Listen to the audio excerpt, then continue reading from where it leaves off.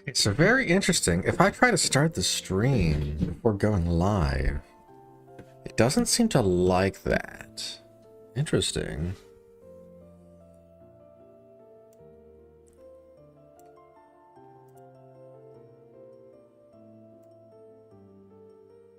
All right.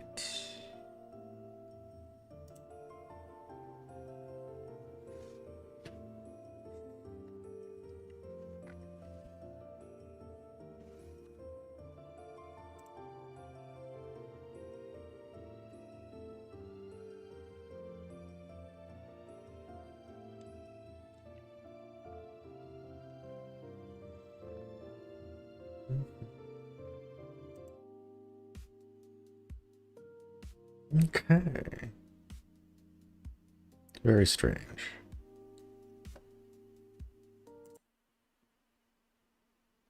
Okay, so should be good to get started now. Interesting, yeah, for whatever reason, if I try to go live while not having the live stream pulled up, it creates issues. Strange. All right, well, in any case, looks like we are live now. So good morning. Good morning to everybody watching. Not really expecting much today, to be honest. And looking at some of our stocks that have moved. They're mostly stocks that have already popped up. Yeah. Nothing really crazy is jumping out at me here this morning.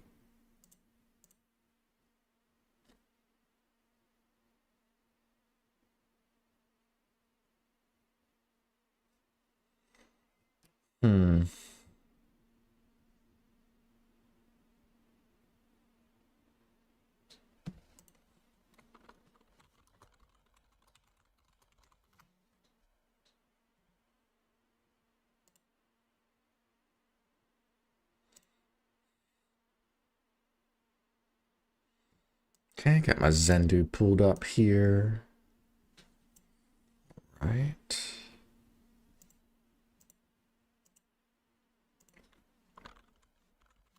That's incredible that AZI is still going down. DTIL. Looks like this one's popping up.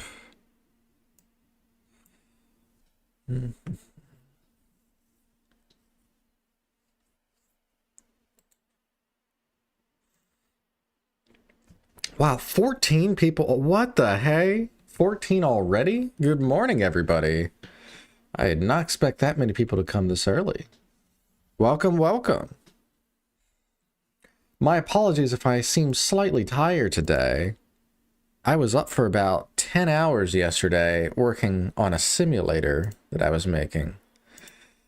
And it was just such a fascinating time that I just felt compelled to keep working on it. So I was up. I only got like maybe 5 hours of sleep. So I'm a little bit tired. Fingers crossed that doesn't screw me up today. But yes, my apologies. But yeah, definitely gonna log DTIL here.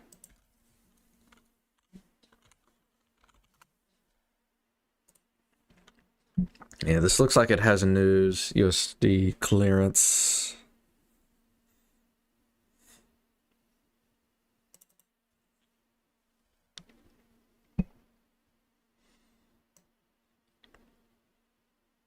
Not crazy news though.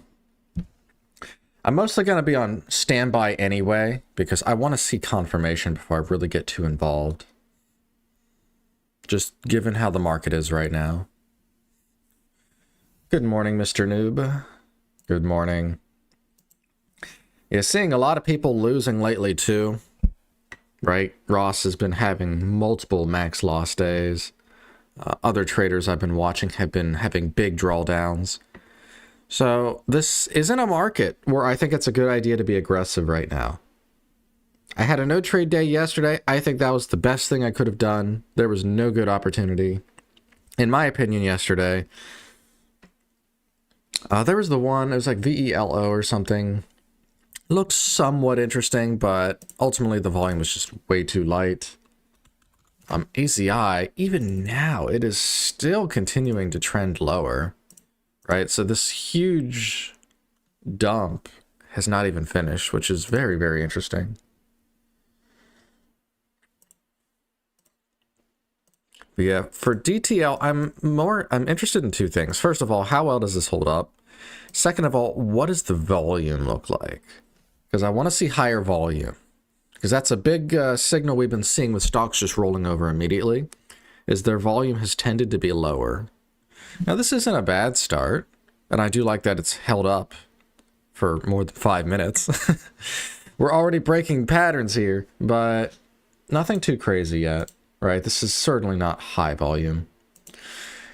Am I shorting today? No. I'm still waiting on the money to clear. I started it on Friday, I think.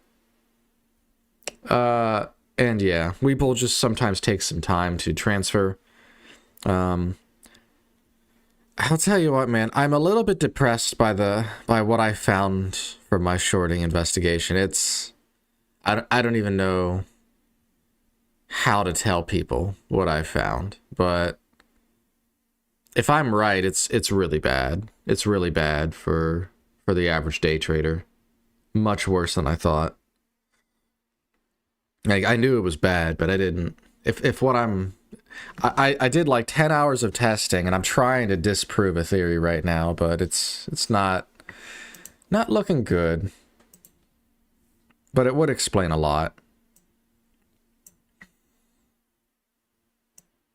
But again, I mean, there's a lot of variables, so we'll see. But yeah, no shorting yet today. Still waiting on the money to settle. I suspect by Friday it's going to be good, and then we can start experimenting with actually taking short positions. But yeah, until then, we're still just going to keep doing the falling knife setup.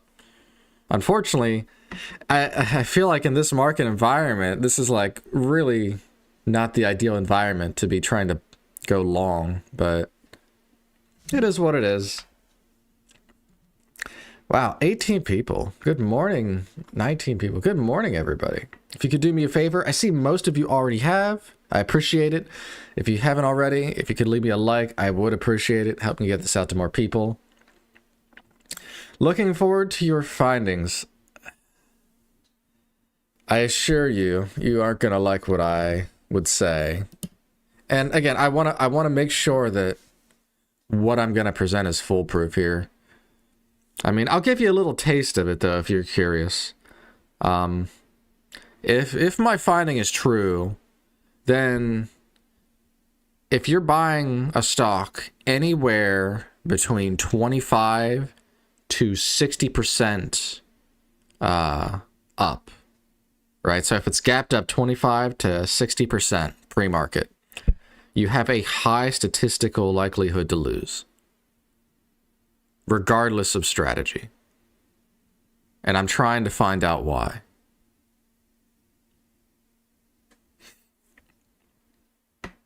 Like, the data is, every data point is saying that you will lose, regardless of strategy, regardless of entry, if you trade when a stock is up.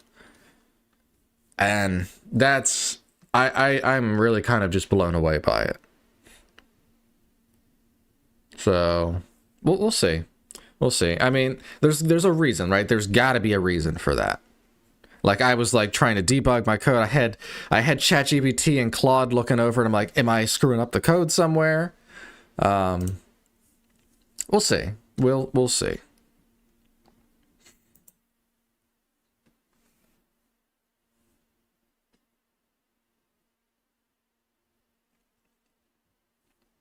Yes, I mean, this thing's just kind of gone sideways now. To be fair, this does have a higher float here.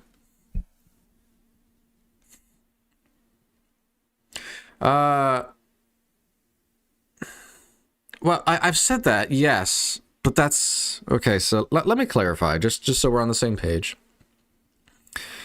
Negative EV means, in the case that I was making, is that you have the spread, right? You have the spread, you have commissions, right? Those are the two main factors.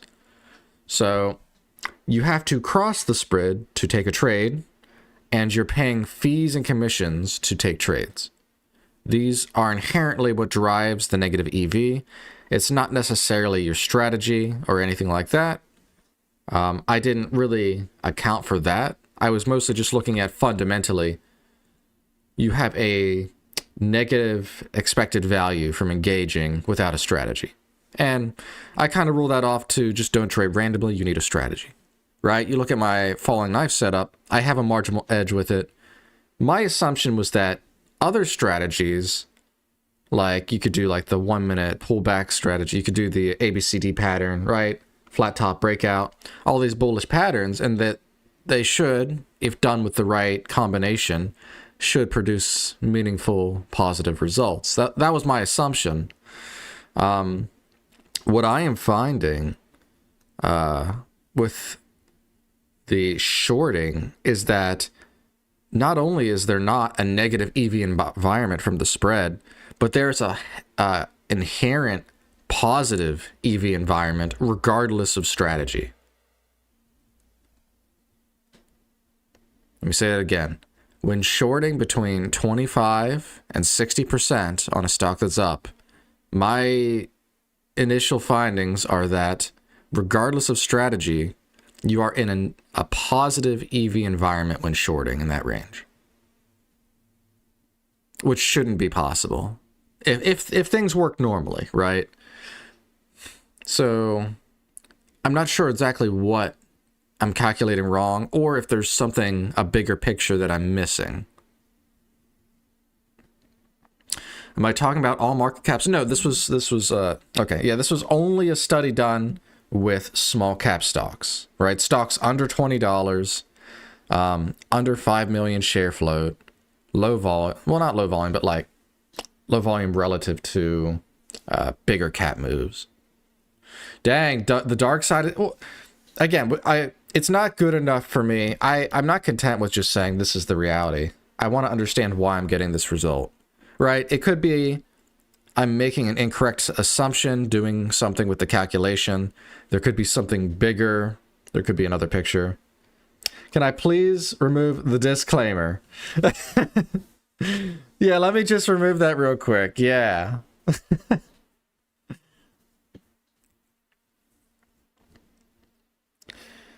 Yeah, it's, I don't know. We'll see. Right? I've really only been researching this for 2 days. Like I said, I took about 10 hours really digging into this. It was from like 2 p.m. yesterday till midnight. I was just doing constant churning and constant simulations. I did probably 60 simulations last night. I was having a lot of fun. No, but it was very fascinating. And it's got to mean something.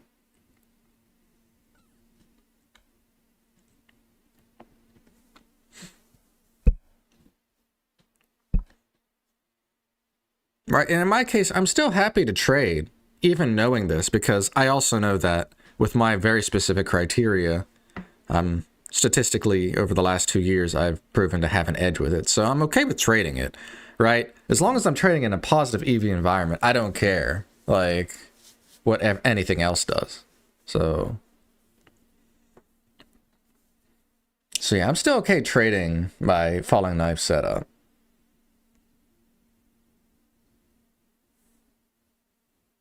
Do I journal my trades? I do. I do journal them. Let me go ahead and pull it up here. I haven't pulled it up yet, so I'll go ahead and do that now. I journal in a couple different ways, but I'll just show you the one that I do on the daily here. Yeah, no trades from yesterday. Yeah, yesterday was a no trade day. But yeah, I have spreadsheets. This is the just daily one I do, where I log any trades I take. I have a couple other ways I analyze the days, but this is the most cut and paste way.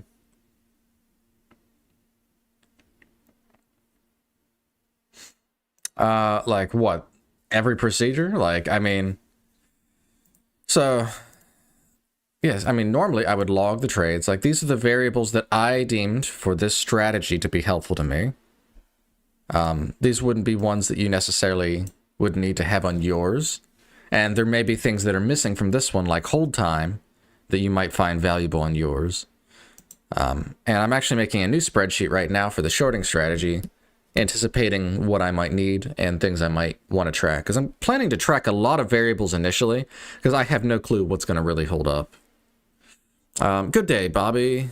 Yeah, it's a slow day. I kind of expected it. I said that last night in the recap. I was not really anticipating anything. People have been losing a lot of money. I've had, technically, of the days that I've traded, I'm on a 3-day losing streak. So I'm not really going to be pressured to force anything today.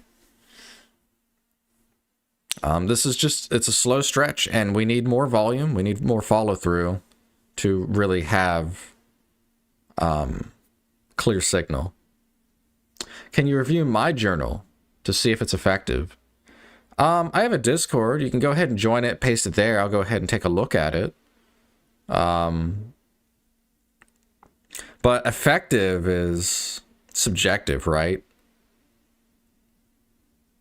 I mean, I could say if you're doing things I think are productive, but I can't guarantee, because like, if your conclusion doesn't have a positive EV result, then the process might be irrelevant in that case. Like, I've had videos where I talked about how spread causes a negative expected value, right? The spread causes you to lose money. Commissions and fees cause you to lose money. So if you're just trading and you don't, your strategy doesn't produce an edge, then you'll lose money. So the real question is, well, there's two, right? First of all, does your strategy overcome those hurdles and create that edge that makes you net EV positive? The second one would be, and I guess this is more to your question, right? Are the processes that you're following getting you to that conclusion? And I mean, that's a very, very difficult ask for me.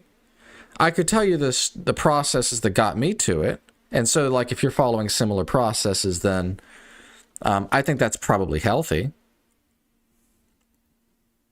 But do understand that like, it is a very subjective thing, because what processes make a successful strategy is the key question. And I can only relate it to my current falling knife setup, so that's what I would base it on. ELAB, looks like we're getting some movement. Notably high volume on this. Maybe worth keeping an eye on just because of the volume. All right, this is significantly higher volume than any other period here. So this could be worth keeping an eye on.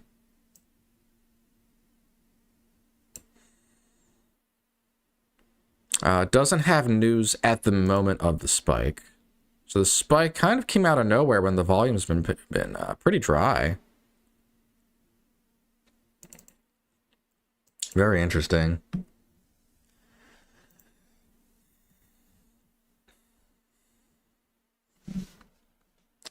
Yeah, DTIL. Like, this is the only stock that's popped up on news, and look what's happened. Like, there's been low volume. It's just kind of trended down. Yeah, like this just isn't an environment to be trading.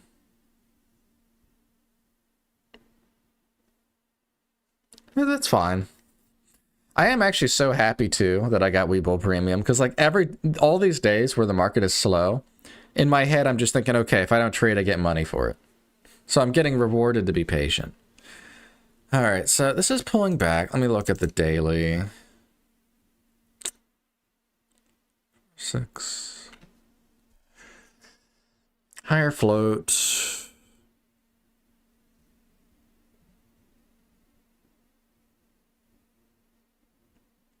So here's the thing. This looks like a decent setup pullback relative to this volume outflow. Do I engage with it? We've seen statistically where stocks like this have failed in the past, but this one's a little different because this had some volume holding it up initially. That could be significant.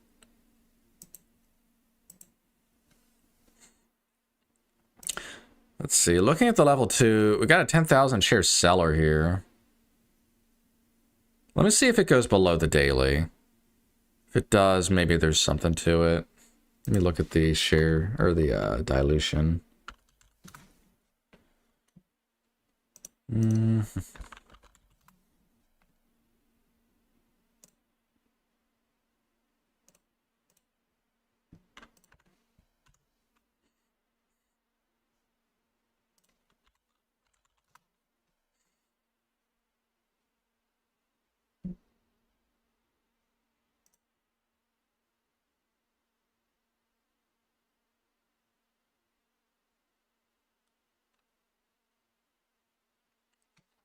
Yeah, even on the level 2, looks like there's still a seller. It's smaller though.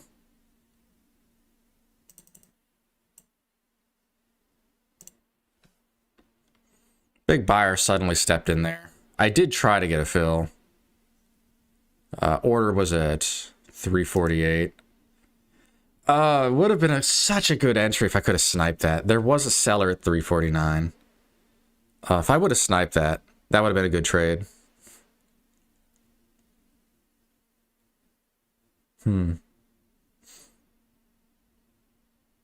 Straight to 66. Oh, that would have been a beautiful trade.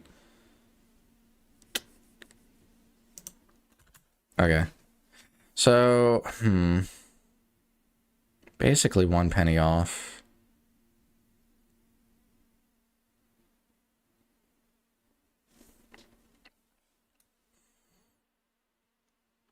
Okay, well, is what it is. Yeah, and even this is like a very strange reaction, right? $4 straight down to 350. Pretty low volume.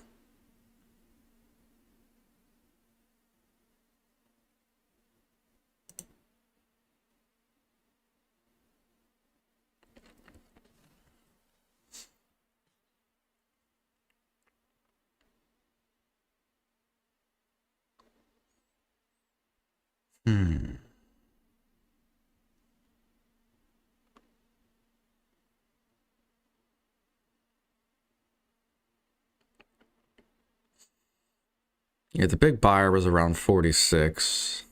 It was only like 10,000 shares, though. It wasn't a huge amount. But relative to this move, it's something.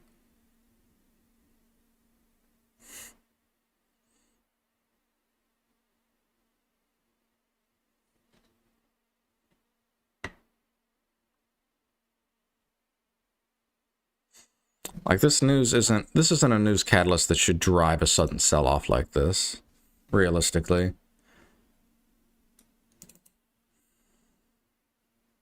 Yeah, this should be a flat stock.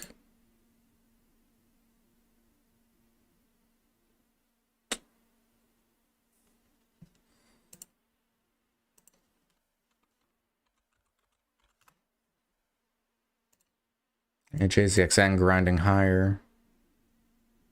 Very interesting. JZXN and AZI were very connected. They would move in sync. So when AZI died, JZI, it looks like JZI just kind of took the mantle.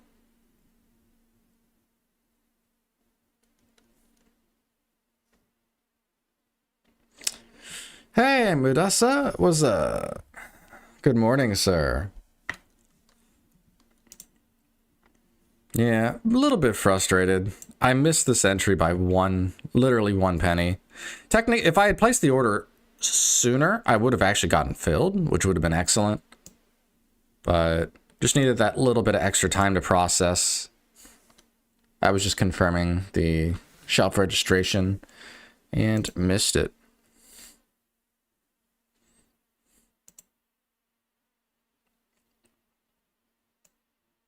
So this is like the only trade we've really, or stock that we've seen moving so far on news. What is JCXN moving though on news? That's the question. No. This is more of a yesterday thing. And actually, this move yesterday wasn't on news either. This whole thing was on no news.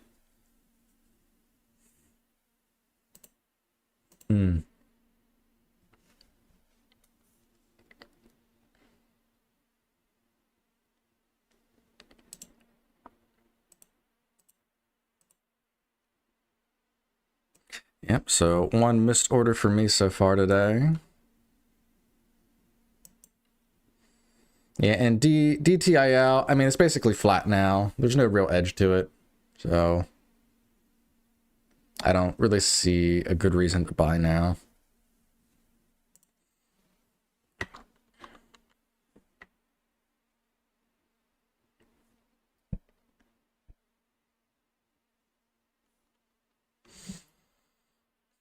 Yeah, so this just kind of popped up and immediately rolled over.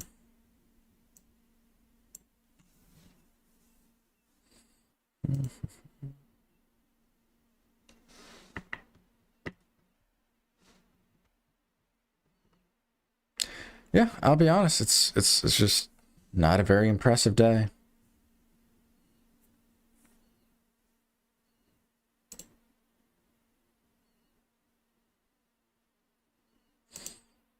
Go ahead and put on some tunes while we're waiting, maybe.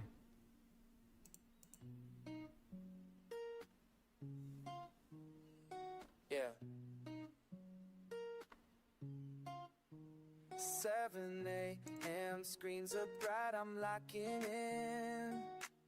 Respect the chat, let the show begin. I'm blazing trails, cutting through the tide.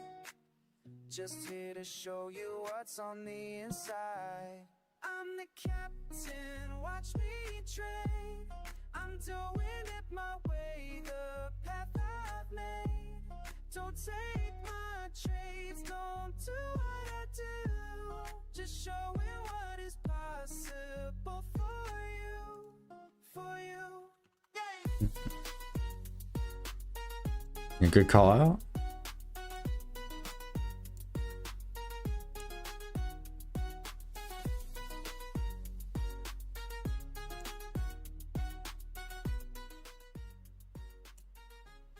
Yeah, this looks like it's getting good volume, at least on these surges, right? This is very big volume relative to the move.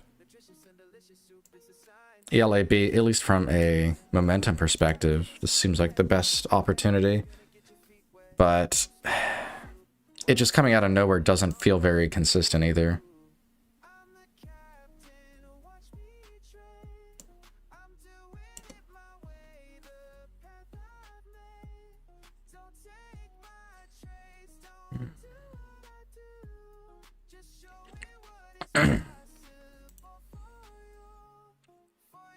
Yeah, this thing just immediately gave back.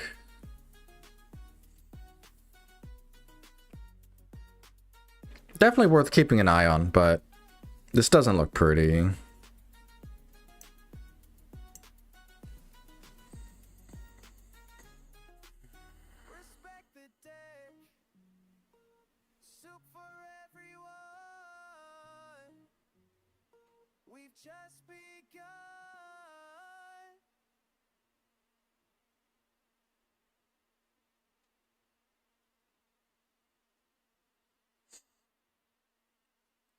I just don't like ALAB. Fair enough, yeah. Dude, I'm still like, I'm getting PTSD. I'm getting a little upset now from this DTIL trade. Right? Putting an order right here and missing by a penny. And then it does this immediately. A little bit triggering. Maybe I'm losing the plot a bit.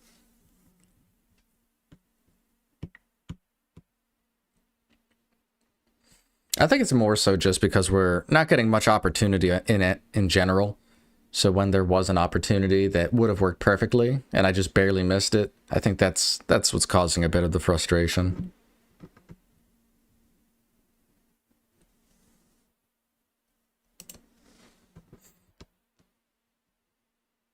It just sucks even more because in a cold market, like, you get less opportunities too.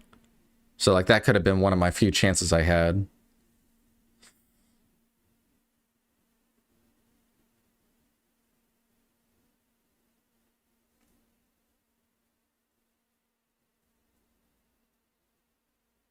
And I was too slow.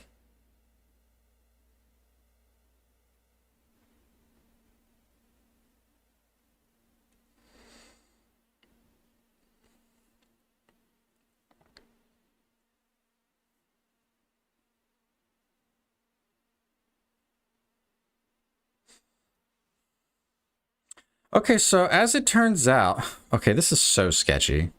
Wait. Wait, they had news at the half hour. But the stock popped up 10 minutes before?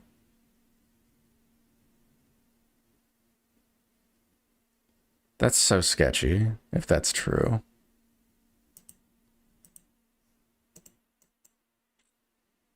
Yeah, because this had news at 7:30. Signed definitive license agreement for blah, blah, blah, blah, blah, commercialization.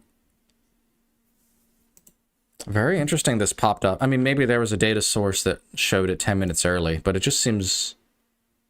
I don't know. It's weird. Seems like someone might have known beforehand.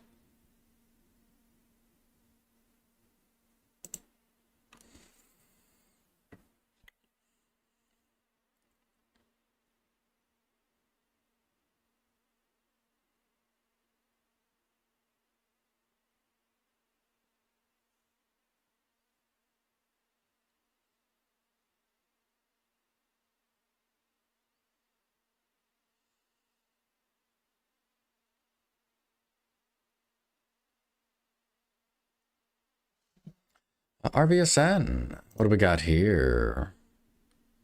Okay, 7:30. Let's see. CEO concluding 2025 with strong cash position, zero debt, commercial licensing gains, expansion.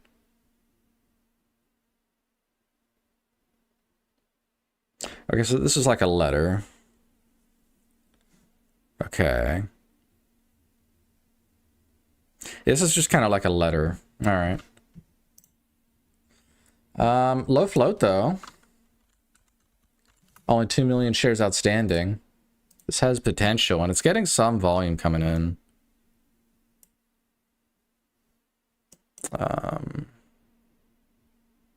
It's a little bit higher priced.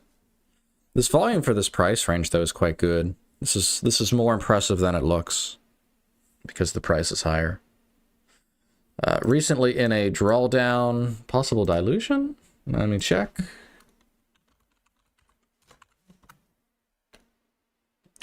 Doesn't really look like it.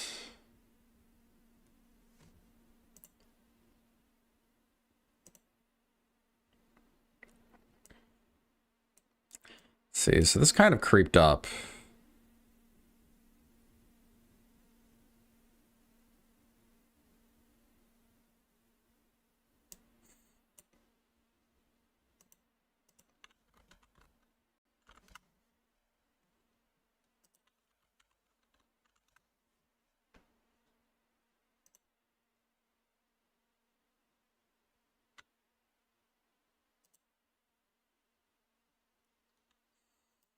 Pretty high volume on the pullback.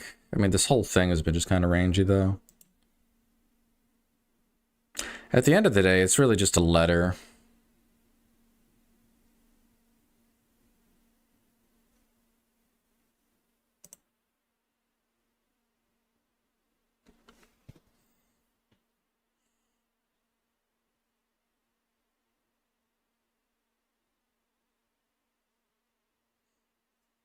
Interesting that with no recent dilution, this thing would suddenly sell off from 970 down to 4.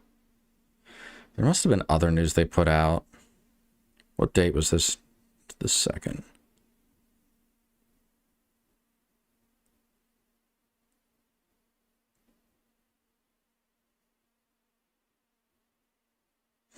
I mean, it just looks like the 1 for 30 reverse split. There doesn't seem to be any other news attached to this from February 2nd. So this gap down seems kind of like it just came out of nowhere for no reason.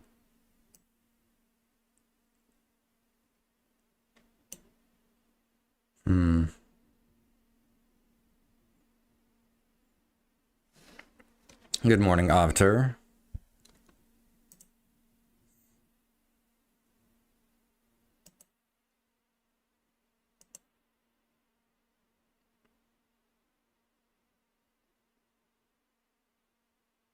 ELAB kind of had news yesterday, according to FinViz.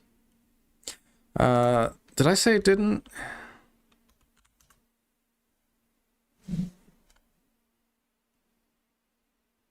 Yeah, it did have news yesterday. Company announced its subsidiary North Strive Biosciences entered into a agreement. Yeah, so this did have news yesterday as well. LIB just puked. Yep. It's possible people are rotating from ELIB to RVSN.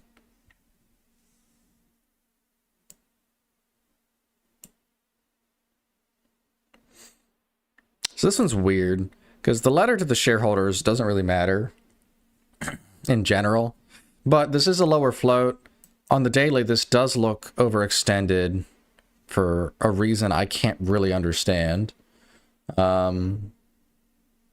Like this seems like quite a drastic reaction. So it could just be the case that this is actually underpriced, and that's what's driving it with the low float. Yeah, it got quite a big spread as well.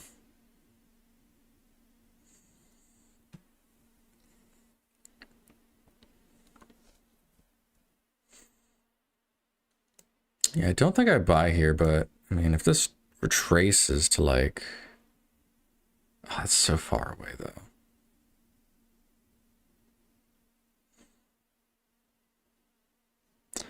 Yeah, I mean, realistically, this would have to go like to 650s to even be fair value, given this gap up on light volume.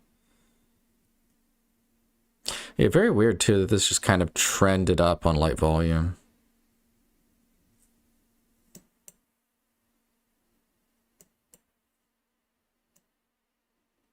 Really makes this current action a bit high.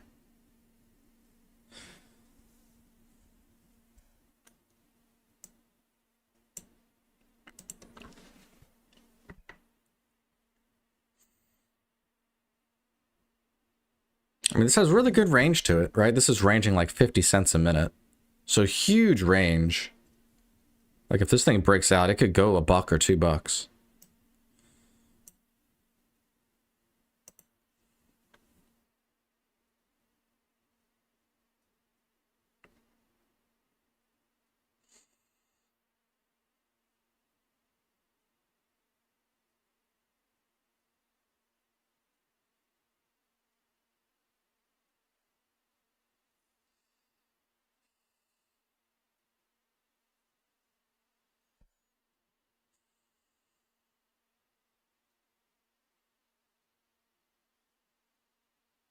It's, I mean, not a great topping tail, but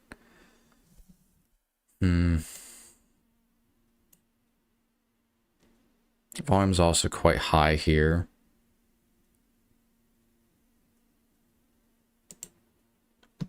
Oh, we'll see. This is still trending up, despite this big rejection. This could be a shakeout. This thing has already shown it's quite volatile. I'm not sold it's done yet, although this is a very nasty looking candle with volume.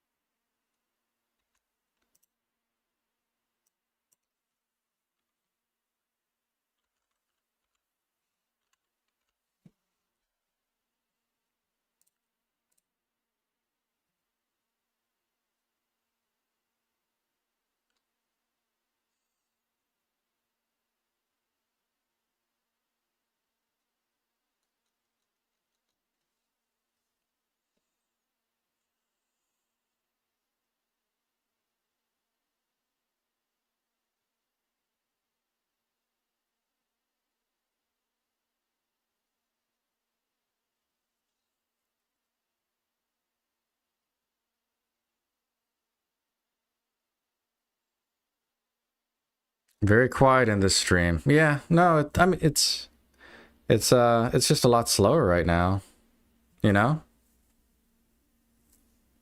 There's just not a lot going on.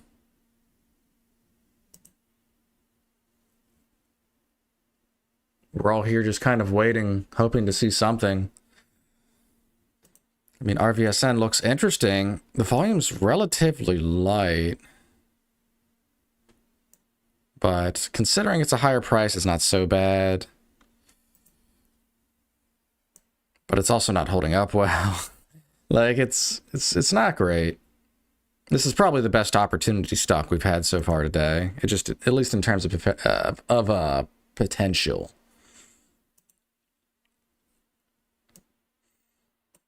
I think a lot of us are just here to be here, you know? Like, because you got to be here to make money.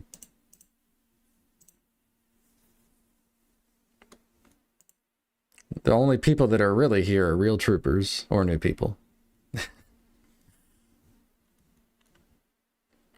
But no, it's just slower.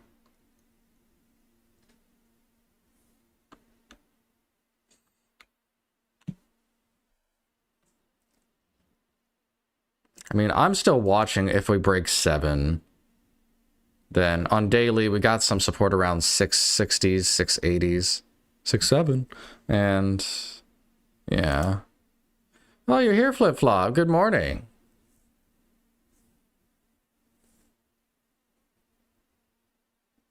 Yep, said it best, weathering out the storm. Yeah.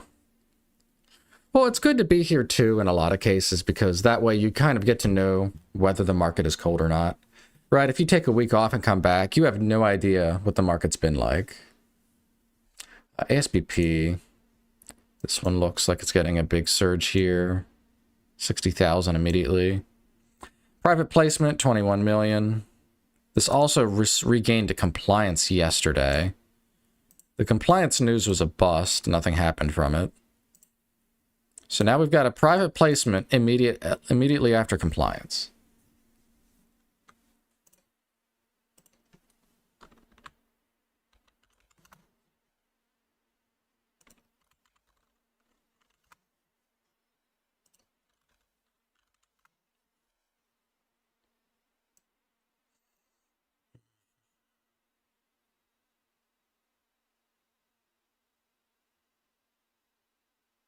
Wait, this is a private placement for 26,000 shares?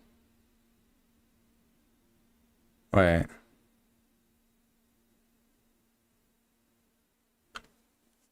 Wait, what? It's a $1 stock. Why is this 21 million?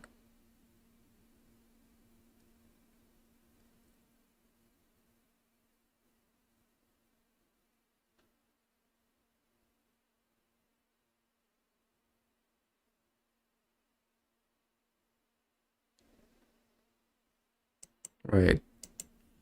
Is there a reverse split recently or something? Like, why is the shares that they're repurchasing so low?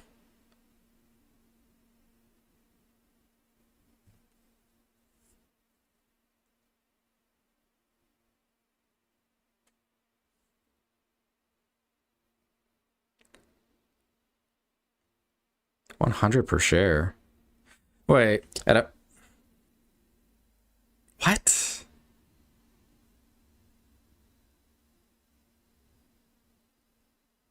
Wait, what? Wait. No, I'm going to the SEC. That's gotta be a typo, right?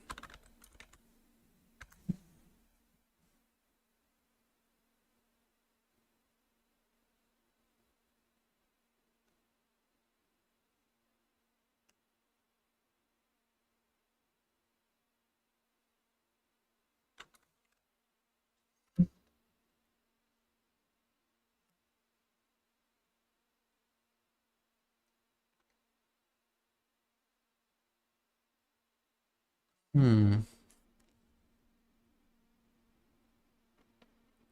Yeah, I mean, there's the filing for it. It's at least a filing. No, I see $800 too. What? Wait. Did they actually do it, or are they just like proposing it? Alright.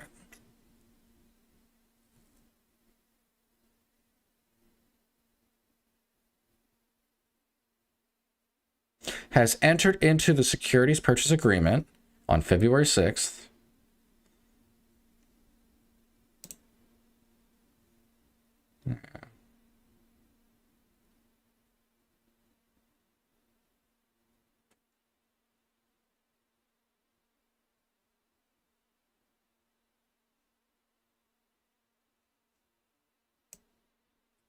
Let's see.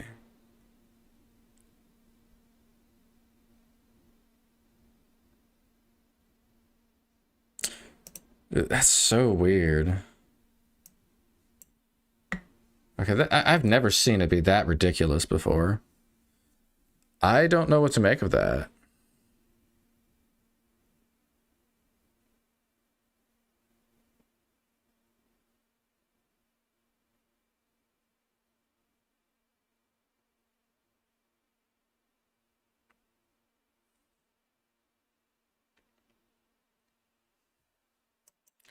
Also, RVSN RIP.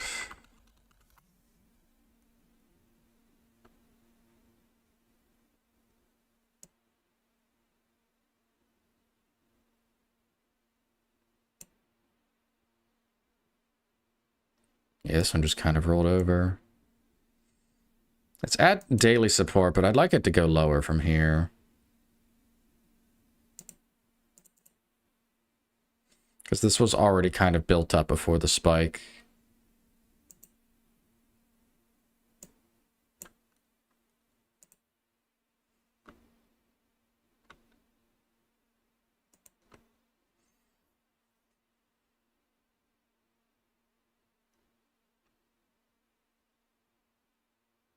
Yeah, got some tension around here. Man, it seems like a lot of these stocks are just doing mediocre moves then flushing hard. I don't really want to get too involved here.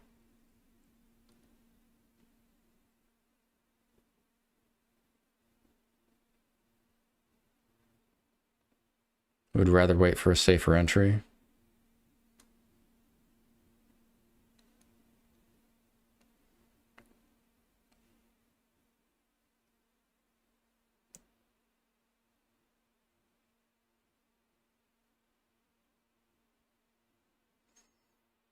Looks like a bit of a seller on the ask.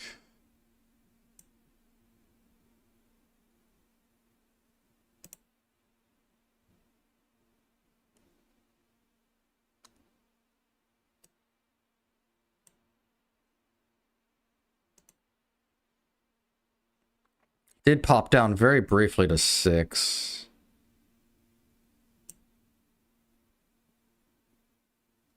Yeah, I was looking for the break and recapture of 6. We're going to have that big of a bounce here.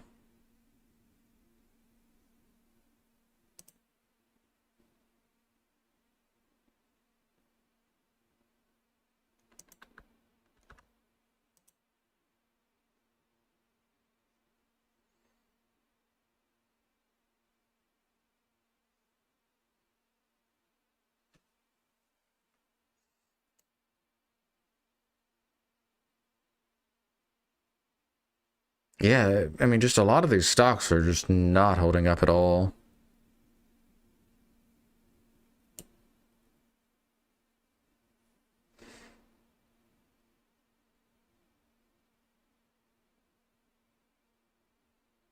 Yeah, I was a little bit off on that one.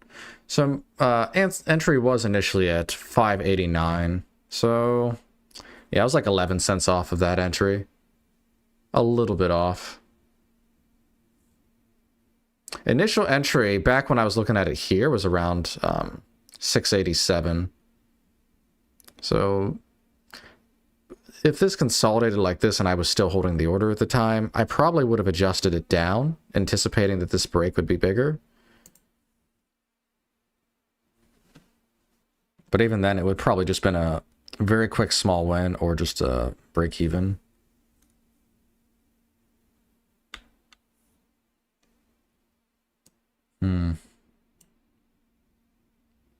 Another day, not another opportunity. Yeah, I mean, well, this has had a couple bounces that have had some movement to them. I nearly won on DTIL. Coulda, shoulda, woulda. But that one was just a slight execution mistake by me. Just a little bit too slow on the trigger to adjust. I'll be honest about ASBP. I don't understand the catalyst, so because of that, I'm really worried to engage with the stock. Because this catalyst makes absolutely no sense at all. Someone's buying like 26,000 shares at $800. The what? That doesn't make any sense. This is money laundering? What is this? But no, it doesn't make any sense, so I don't feel comfortable engaging with a catalyst that I don't understand at all. It's one thing if you don't understand it, but this goes like a step further. Like, I inherently feel like this should be completely illogical.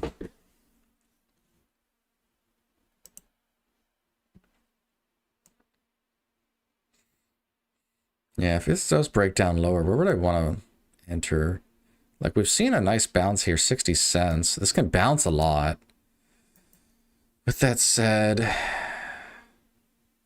if 50 breaks, there's not really great support until 4s. You could do, like, break up the whole dollar. But 50s... I mean, I guess you could do that, yeah. Like, high five or low 5s. Low volume here. If it's going to be low volume breakdown, maybe it's more reasonable to go higher.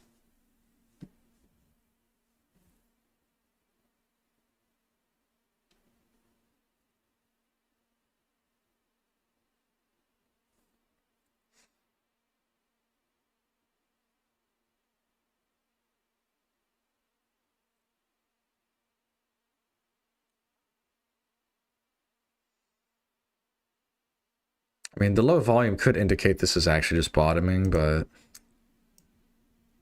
I mean, considering it's already made this big of a move, is a low float stock as well, so big sudden rejections certainly can happen.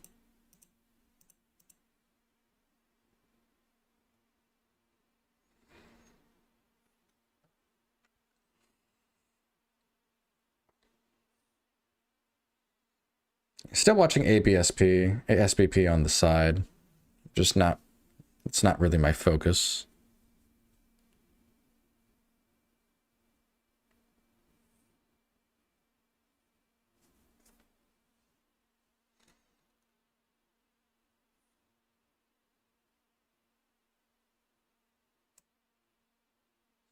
Can't believe we've already been here an hour. It doesn't feel like an hour.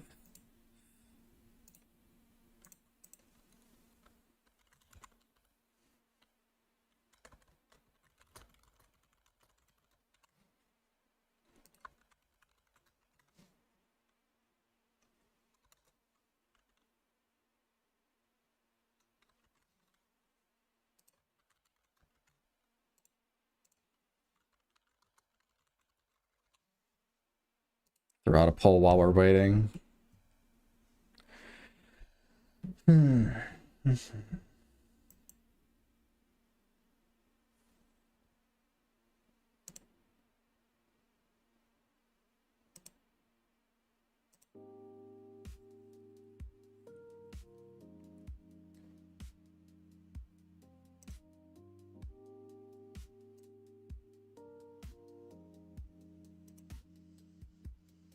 Surprised that there's some people who have taken trades, but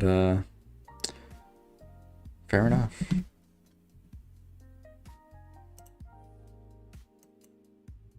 Dude, I genuinely don't know what to make of this news for ASBP.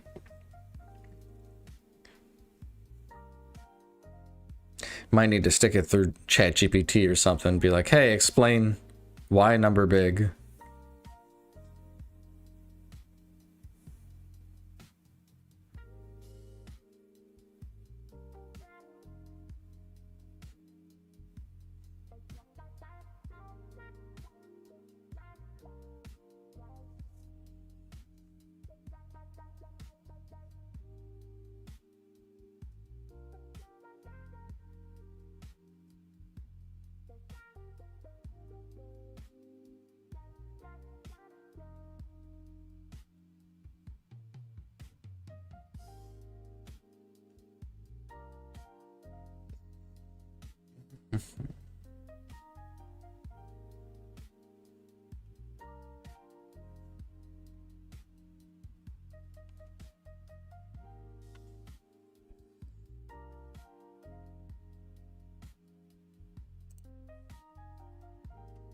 So RVSN is actually red on the day now. It's ranging here quite a lot. Don't love that for a continuation down. Looks more likely to potentially bounce here now.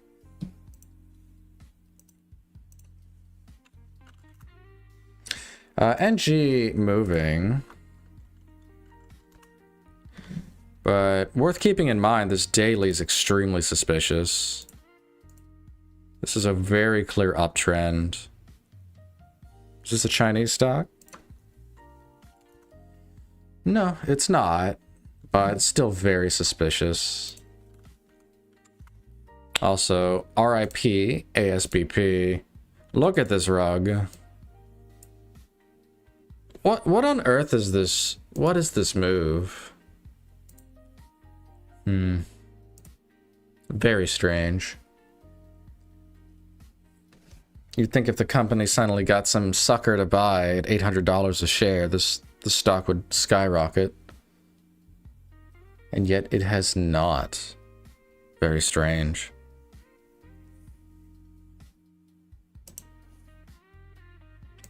EVSN. Starting to die out too. There's no volume. This does look very bearish though, like this flag pattern. It's just that the volume makes it strange. Finishing with a nice green day, 37 cents per share. Okay, that's solid. After fumbling yesterday, getting better. What did you trade?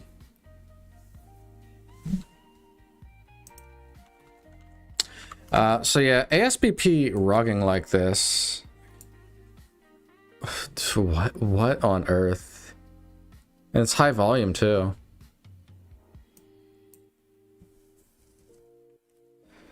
Okay, I'm gonna make a note of this. I want to look into what is actually causing ASBP to collapse here. This is certainly... I chose not to touch it because I didn't understand the news, but there's something I'm critically not getting. Like, this isn't a recent shelf registration that's going on right now, so I don't understand where this pressure is coming from.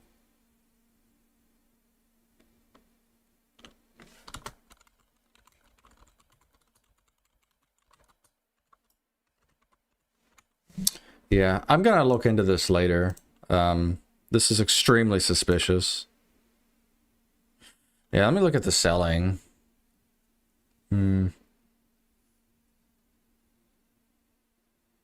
I don't really see any big walls right now. I'm just looking at the level 2 though. Let me look at the time and sales.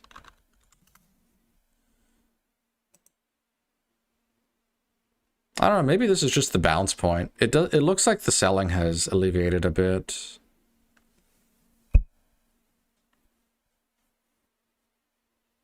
I'm really glad I decided not to mess with it though. RVSN? It's still kind of ranging.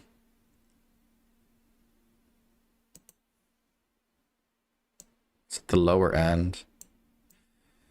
Yeah, if this breaks down, like, it's probably going somewhere between 5 and 550. That'd be ideal. It's consolidated too much here to just go down a few pennies safely. No filings on ASBP, on BAM ECC. Not registration, but there are filings. So there were some AKs filed that RSBP was referring to.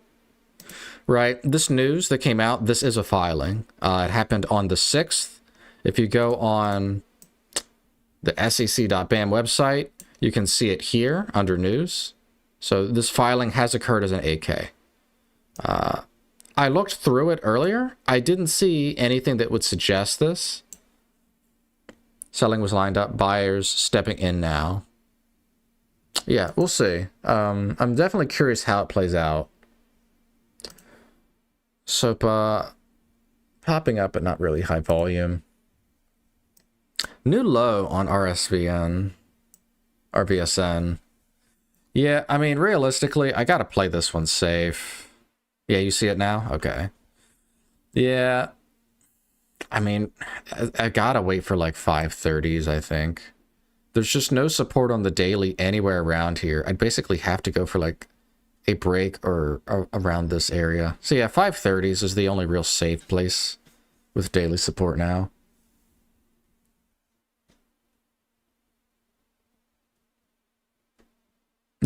One day you'll have to give us a masterclass on dilution, how you read the filings. I mean, it's more of a fundamental thing, because I've looked into fundamentals a lot, so that's why I am more used to looking at the filings.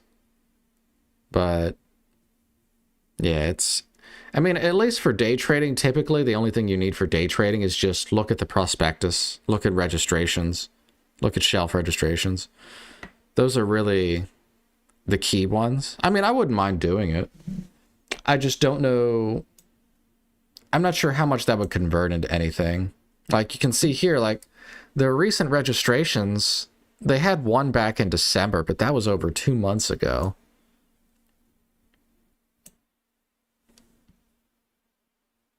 Like usually that wouldn't result in something like this.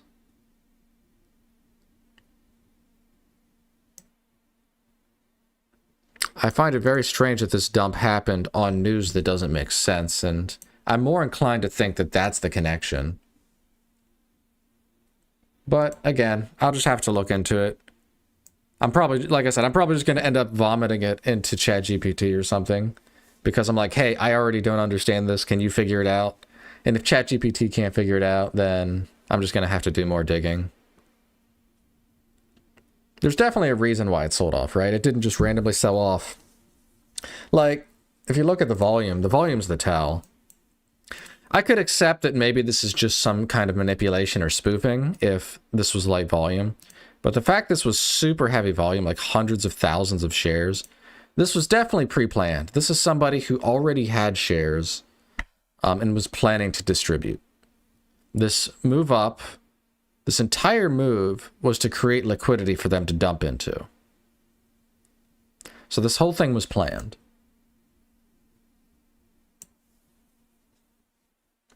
Right? I mean, that's the read I take from it.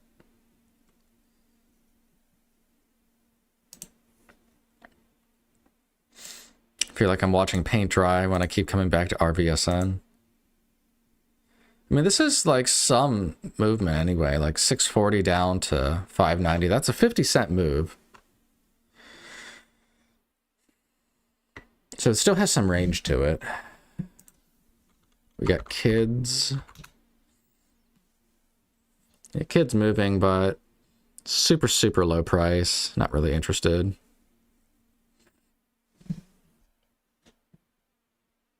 Sorry, guys, I'm not really interested in kids. Okay. Yeah, RVSN. Still keep an eye on this one. Morning, did I miss anything? I mean, there were a couple opportunities. There were 2 near misses where I was attempting a trade. One was within 1 penny of getting filled. And it would have been I think a home run green trade. I would have made at least 20 bucks on it. Maybe 30.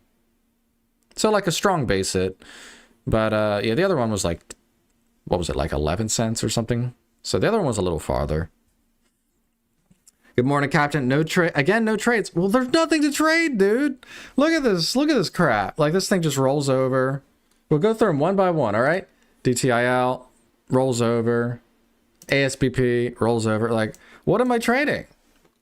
These stocks are just rolling over. This is terrible. There's nothing to trade. ELAB. This one popped up. Looks like it might be rolling over. I'm not mad at you or anything, by the way. It's frustrating, you know? It's like there's nothing to trade.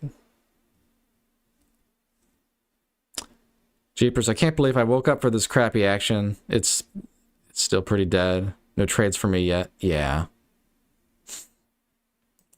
I mean, I hate to just start piling on no trade days like this, but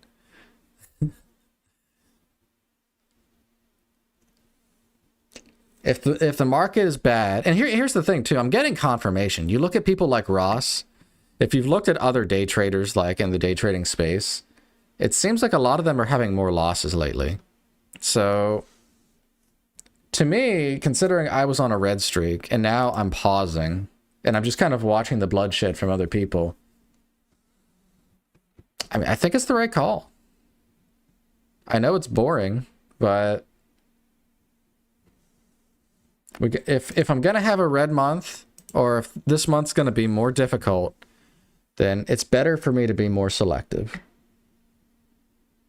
And that's not, again, that's not to say that I wasn't trading or attempting to trade, because I did attempt to trade on DTIL, and I was 1 penny off. So I am still attempting, and I got close.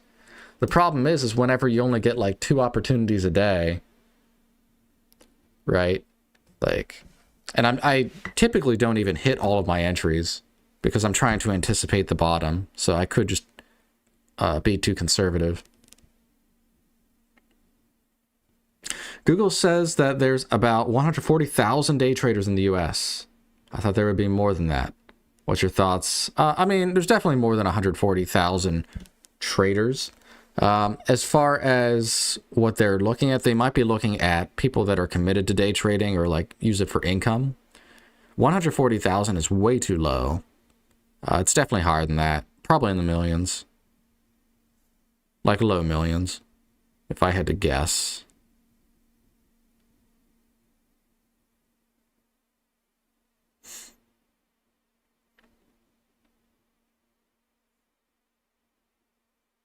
Other traders having similar issues? Yeah.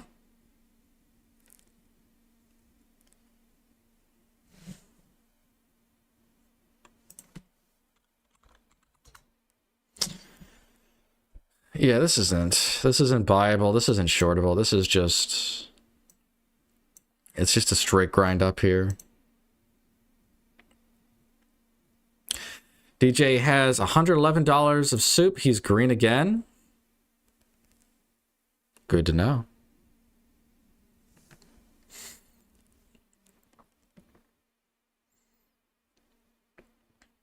Look, if he can recover from his drawdown, fair enough. Maybe his first 2 accounts were just a mistake. And maybe the drawdown on his current account is also just a mistake. But I don't know. I feel like a month's worth of data showing that he's blown up 2 accounts and he's down like 50% on his current account. Right? Because, I mean, he hasn't shown, or he has shown it, but he hasn't like highlighted it. But with his current account, he had like one day where he lost like 4,000. Another one where he lost like 2,000. So $100 green day whenever he's having like $1,000 red days. Like if he statistically recovers from the drawdown, to me that is more attributable to actual success, right? There's a reason he switched to a simulator.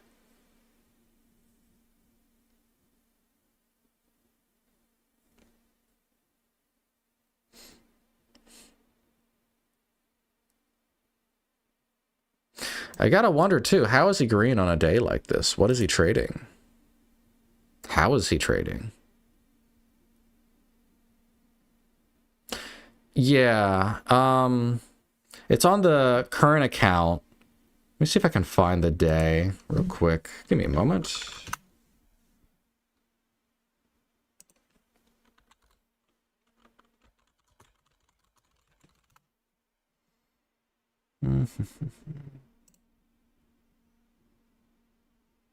Yeah, day trading would have to be defined. So that's true as well, right? There could be traders, but they might just not be categorized as day traders. That's a fair argument too. Let's see.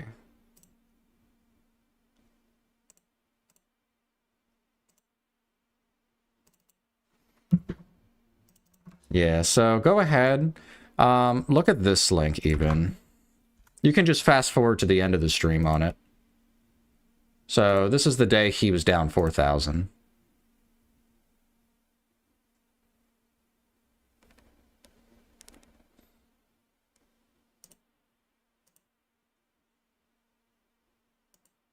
And what's frustrating to me, though, is that on his recap or like his stream things where he shows his P&L, you can see all the green days, right? He's had a huge streak of green days, but literally 10, 11 green days in a row don't make up for that single red day.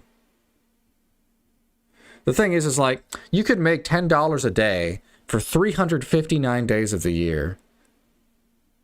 But if you lose $5,000 on that final day, you're red on the year, you know?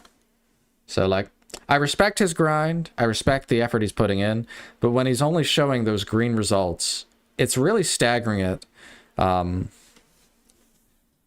to where he's having these green results, but if the trade goes against him, it looks like it's just a catastrophic loss. Like, and that's just from that example I'm showing you there. There are, like I said, from the 1 month that he started streaming, he's blown up 2 accounts. So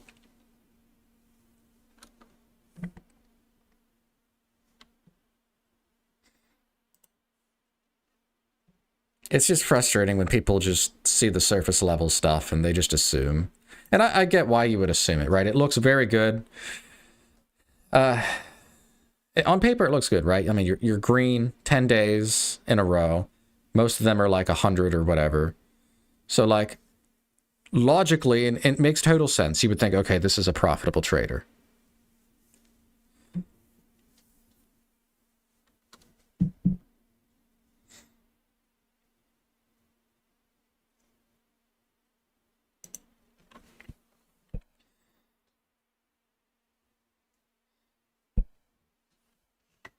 Yeah, I'm not about spreading hate. I strongly support anybody who's willing to grind, put in the time, put themselves out there. I feel like it's a little misleading what he's doing, but I don't know if it's intentional. So I'm not like accusing him of doing it intentionally or anything. He could just be trying to find his way, and like, I understand falling into the trap too. Like, this might have been entirely unintentional. I know from my experience, and I think a lot of you can probably agree, that looking for a higher win rate feels really good. So for him to be changing his strategy when streaming to trying to go for something that is consistently profitable, I understand the logic for what he's doing. So I don't really think it's malicious. I don't know how you aren't trading kids. There's literally tons of entries. Well, it's too cheap. I mean, to me, it's just too cheap, right? And I mean, you say tons of entries. Like, I mean, what do you mean by entries? Do you mean like just buy any place you buy, it would go up? Yeah, certainly. Right? In hindsight, we're all idiots for not buying kids. But I mean, how do we know that this is going to keep going up? Like, statistically, when I trade penny stocks, I perform bad with them. And I think that's just because they're extremely noisy and any real edge is just invalidated and you just end up crossing the spread. That's my assessment. So I decided not to trade this stock. In hindsight, it looks like a big mistake, but I don't know. I feel like penny stocks, like legit penny stocks, are their own. Yeah, like you said, penny stocks are their own beast. You're very green on it. Well, I mean, hey, if you're green, look, Lawson, if you're doing something that's working for you, that's excellent. But for me, I have bad results trying to buy and swing or day trade or whatever for penny stocks. So, like, if I could ask Lawson, what is your reasoning for buying this? Since it's so obvious that this was a winning trade, why was it so obvious to you? Because you said there were multiple entries. I don't really know what you're even defining as an entry criteria, because this thing went straight up. No, on the 10 second, there's been around 10 small pullbacks into support. Okay. So, yeah, that's fair, right? So I can see that these 1 minute candles are wicking a bit. They have a little bit of range, so it's totally logical on the 10-second chart. You could have several entries. Sorry, 9-10 seconds. No, you're good, you're good. I mean, the argument still stands, right? Like, a lot of these candles are having big wicks. So this is probably some churn you could have bought into. But on the flip side, again, there's a reason this thing is a penny stock, right? There's a reason it's trading this cheap. So to me, like trading something that went from 17 to 37, this doubled, this went up 100%. And it went straight up. I mean, yes, there were some micro pullbacks on the 10-second. I would acknowledge that. But to me, for my risk parameters, that seems like a very risky trade.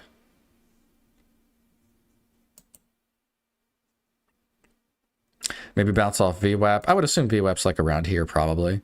Like you could try something like that, certainly. And again, this isn't me knocking your strategy. I'm just saying, to me, I don't see the logic for me to do it. If you did it and you made money from it, and you can keep making money from it, there's absolutely, I fully support what you're doing, right? If what you're doing is working, why not? Why stop, right? Keep doing it. To me, I've tried trading penny stocks. I've had bad results with it. So I tend to lean away from penny stocks.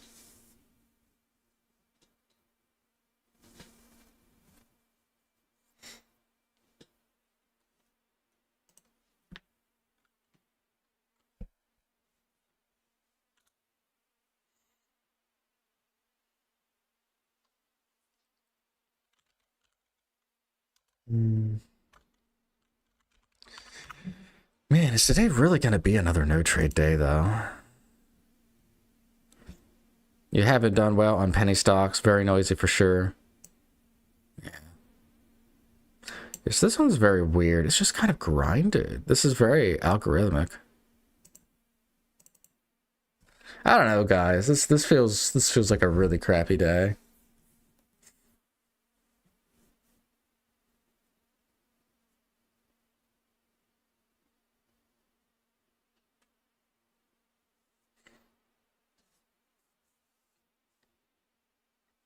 I'm still trying to create a strategy. Just trade into support on small pullbacks. Well, Lawson, let me ask you this then. Was there really no news on kids? So did that entire 100% pump happen on nothing? No, there was news. 8 o'clock share repurchase program. There was news.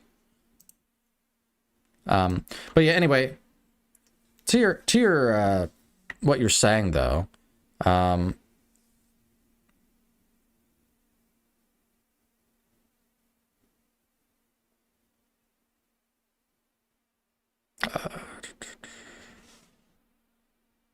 Lawson, you're saying that you're still trying to create a strategy.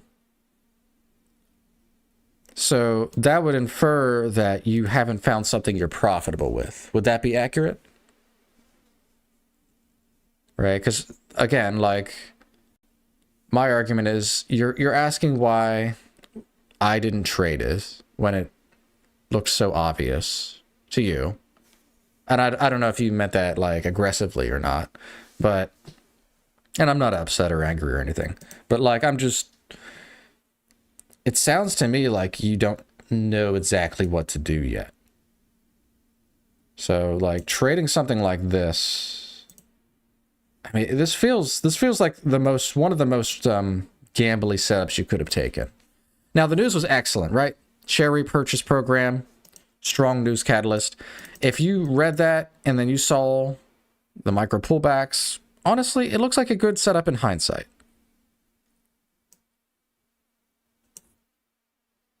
But I don't know. I just don't know. Penny stocks, man, they crush me, you know?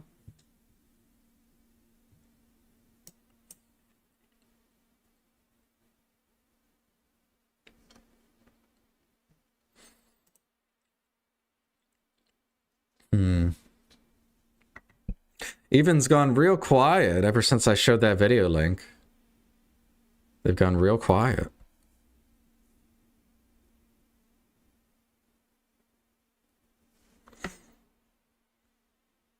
Didn't mean it aggressive. Just wondering why you didn't trade it. If you statistically aren't good with penny stocks, I totally wouldn't either, though. Okay, yeah. No, I appreciate it. I appreciate you clarifying. It's just the way you worded it. Like, if I go back, it sounded very aggressive. Where was it?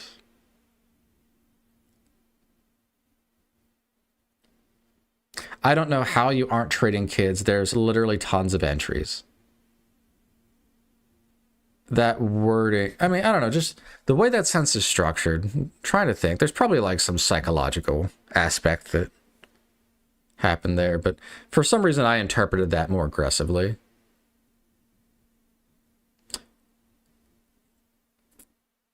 I think it's because like you say it like that and then you say it's rolling over now, but it was an amazing grind. I'm very green on it. It's kind of saying like, this was such a great stock. I made so much money. How could you have missed something so obvious? I think that's how it was coming across to me. But yeah, no, I mean, no harm, no foul, right? I'm not upset or anything about it.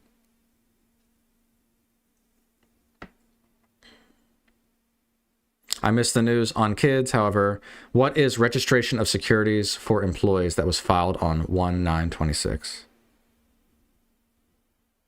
I mean, yeah, it's a payment through securities, right? So that's very common for companies. They just, a lot of times they'll get them either through deals or just through payment for working at a company, like CEOs and stuff.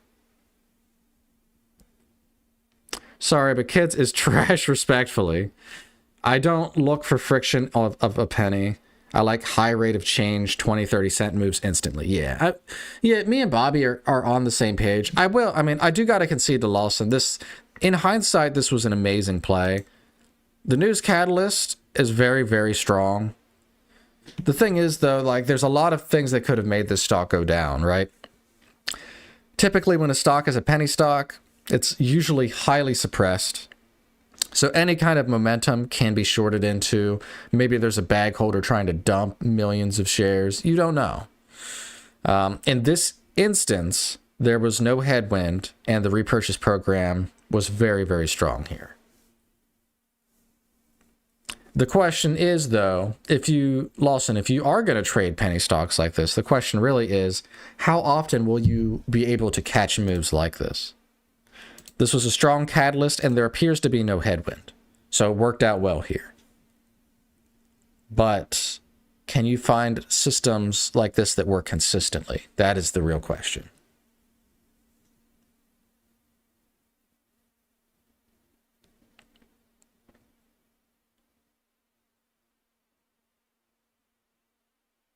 Is that filing on kids with the news was about the dropped? Well, they've announced a 2 million repurchase program. They haven't started it. I mean, they might have started, but usually they announce it, then they do it later. It has approved a share repurchase program, which the company may repurchase up to 2 million shares. A lot of times they give a price. Is this one just at the market, or does it have a price tied to it?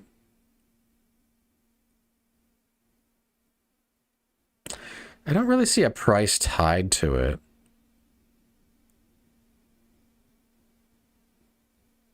Yeah, I'm assuming it's just at the money then, because I don't see a price, unless it hasn't been clarified yet. The reason I had conviction was because the pullback was small and there weren't any massive sellers till the top.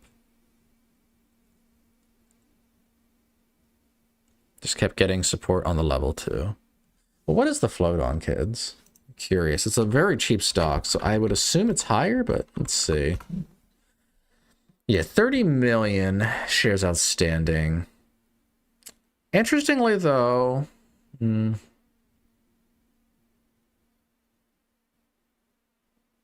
the level 2 is a little thick.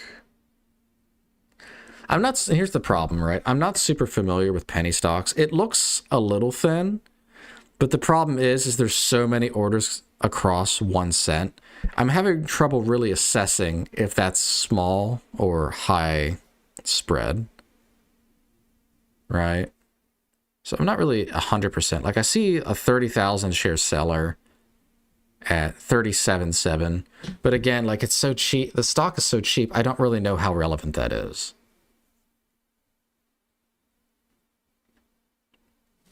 Right, you're getting millions of shares of volume in minutes. I don't know.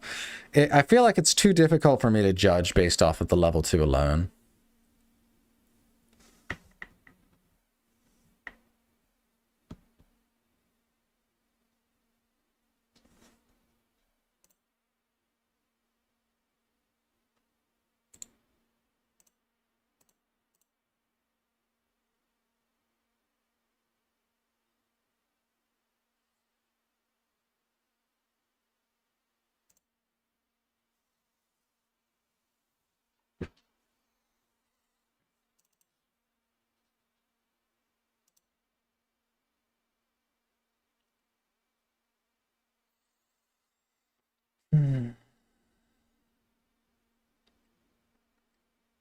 I guess we're just chilling. I mean, it's half hour, so we'll see if anything comes up.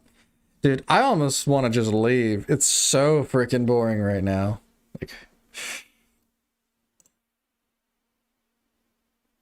I mean, I've done polls in the past, so I know you guys want me to stay, so I'll stay. But God, it's so tempting to just want to leave right now. There's just, I mean, there's just nothing going on. Like, I don't even know if I want to make a recap. Like, what do I even talk about? Do I just talk about how kids ran and how all these stocks are just randomly pumping and dumping?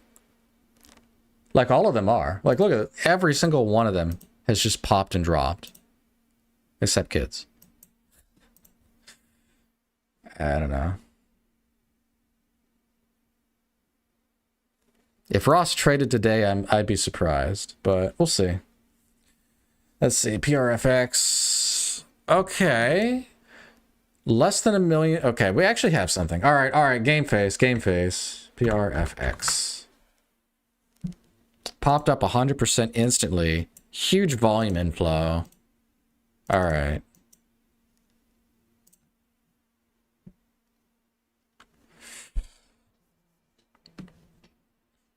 Very impressive.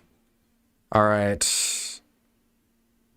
All right, wins a contract. That's strong. But the problem is this pops straight up.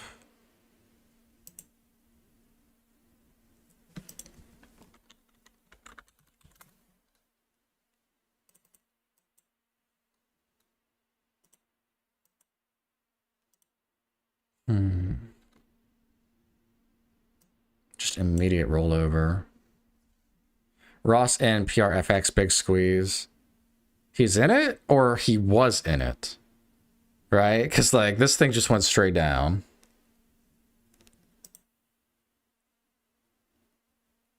You could have tried to buy there at 20s because it hesitated for a moment. So here's the thing. This news is quite strong. But this popped up immediately like 300 or something percent. Like something stupid. Yeah, 200. It popped up 250% in 2 minutes. You got a partial fill at 520.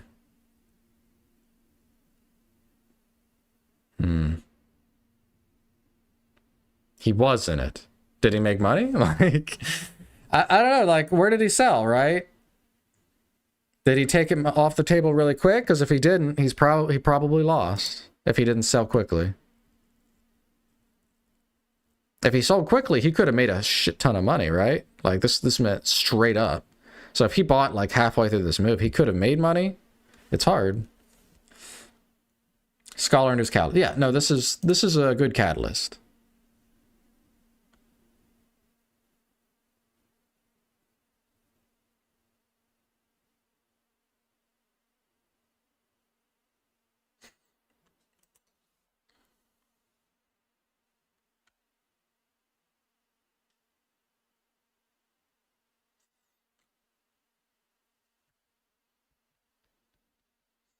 Dude, this would be, honestly, this would be something I'd consider buying for the curl. I'm just so afraid because it's already up like 60%.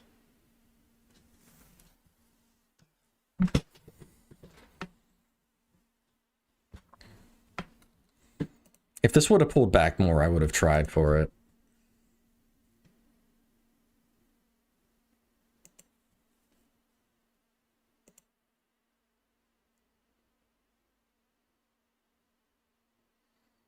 got your 520s short. Price went up to fill flip-flop, guys. It's coming down.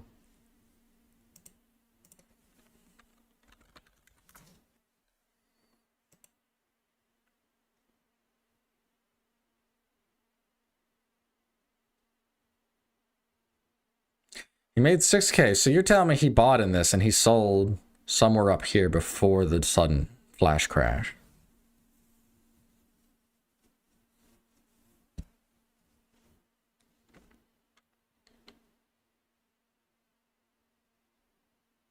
He was up 10K at one point. Yeah, so if he was up 10K around here, then he probably sold in the 7s or 650s is what I would guess. He probably sold around here. And then this price quickly crashed after that.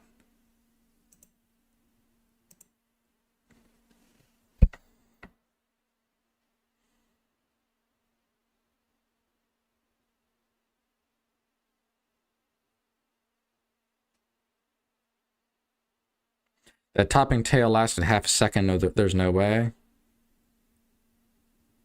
You'd be surprised. Ross is pretty quick on the trigger.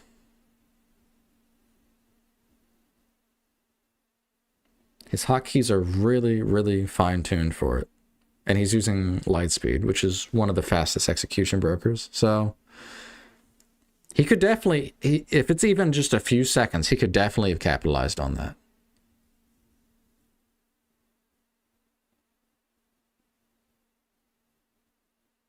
Candyman said he made 6K. Yeah. No, I believe it. I'm not doubting it. I'm just trying to understand where he bought and sold.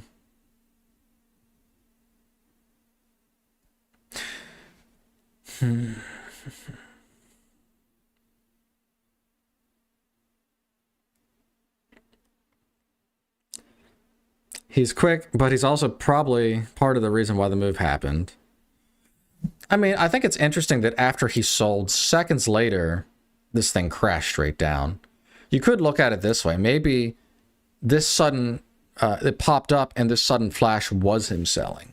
Like, I suppose that could be possible. And then, or rather, what started to push it down was him selling, and his students selling could have been the second half. It's possible.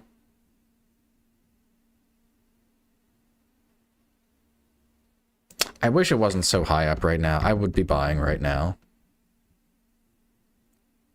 Like, it looks strong. The news catalyst is good.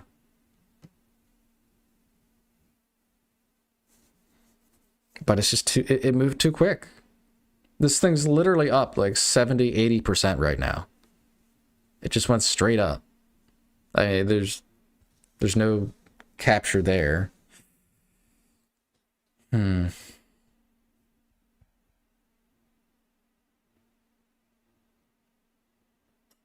mean, if this does pull back, where are we looking? 380s. 380s could be. 380s is pretty good support on the daily. Next would really be like 320s. Yeah, I kind of like 370, 380 for an entry. If we get there without catastrophic volume.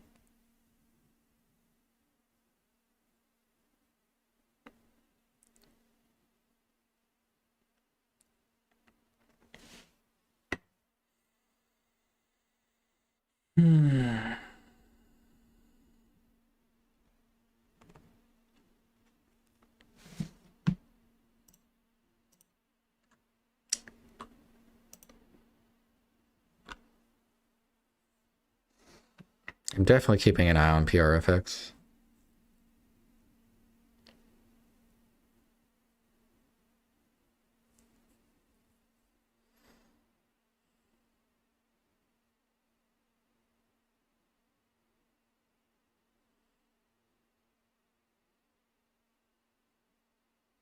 Mr. Pumper was at it again. I was thinking after the first candle, nice. This is the one with news and volume. Finally a runner, and then this. Great. Yeah. At least I finally got a trade, thank goodness. I don't know. I still feel like this has potential. Like, the fact this hasn't dropped yet. It still looks strong. There's clearly some kind of wall hit around 540s or so. But this is a pretty low float stock. It has good news. It has volume, so we'll see.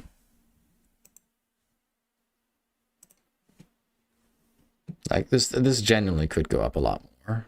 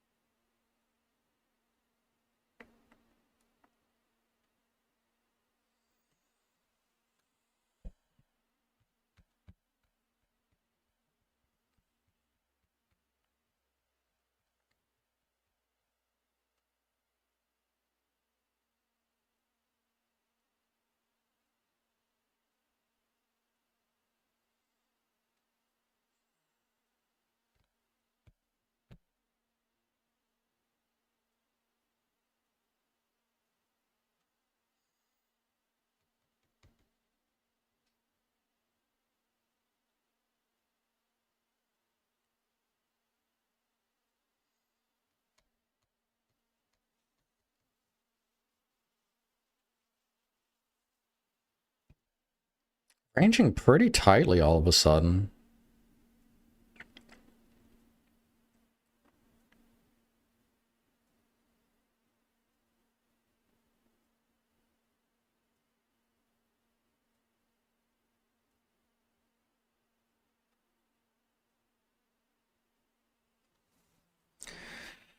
Seeing a 5 to 10,000 share keep flashing up on the ask. Looks like maybe a hidden seller, I'm not sure.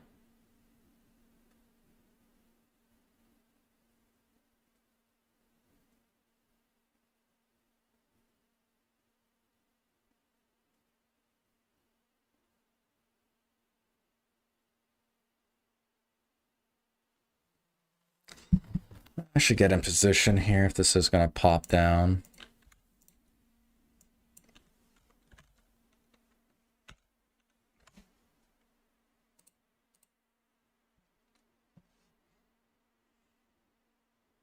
It's much more stable now, surprisingly.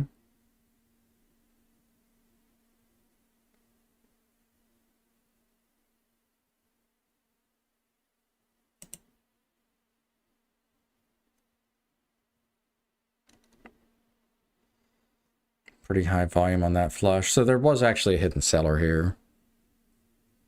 I only saw it flashing 5, 10,000, but does appear to be a seller. High volume. We'll see what the follow through is. Getting closer to my entry. Still a little bit away.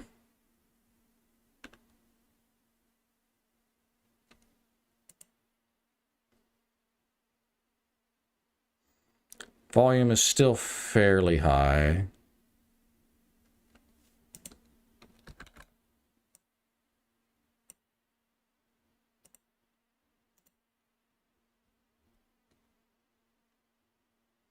Very big buyer stepped in there, about 30,000. So it can be overpowered, but that's still a significant buyer, 390s.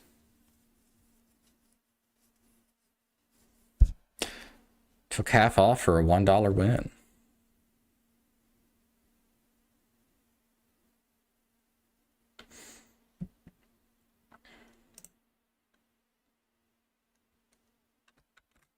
Okay, I'm gonna move my order. Both of these last two blocks have been high volume. Not really liking that.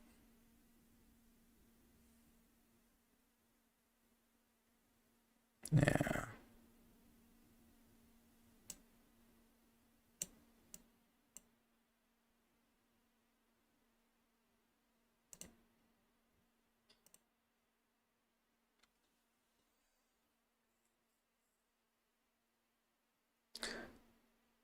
So we have now passed my initial order before I adjusted it down the first time. Problem is this volume's just a little bit too heavy for me to be trying to buy at this point. This one could be an indecision because it's low volume, but it's unclear.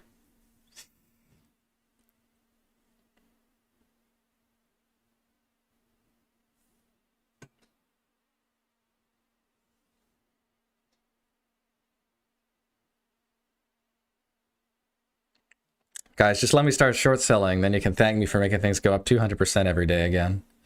Yeah, just start short selling, man. We need someone to squeeze.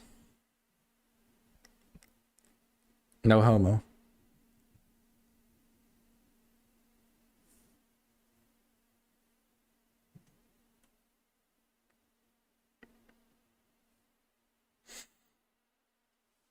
Yeah, this is disappointing. I mean, PFRX, very impressive move, but like these first two candles just really screwed everything up.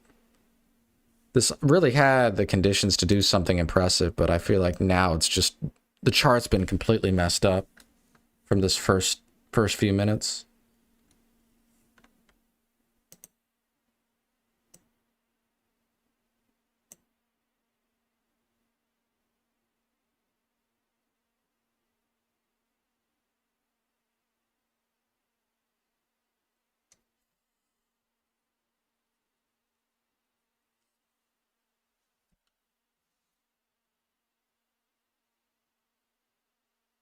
Ironically, I would have bottom ticked it here if I would have bought for this bounce. I would have had to have sold, though. I could have gotten like 20 cents out of it.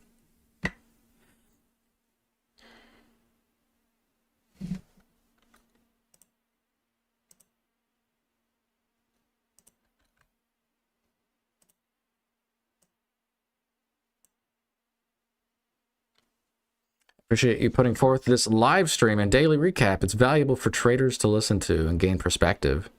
Thanks again. I mean, no worries. I don't know if I'm going to keep making the recaps if there's just no trades, though. DJ up 213. Got a nice win on PRFX. Okay.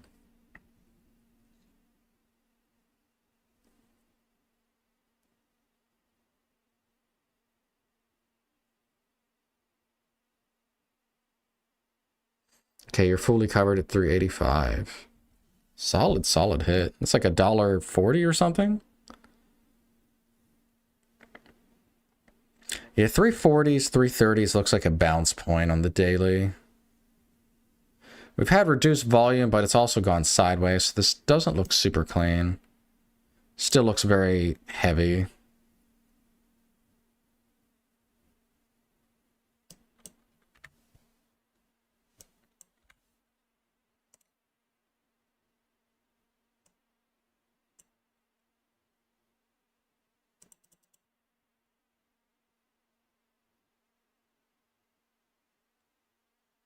You saw a potential trade on PRFX or PFRX, but being careful.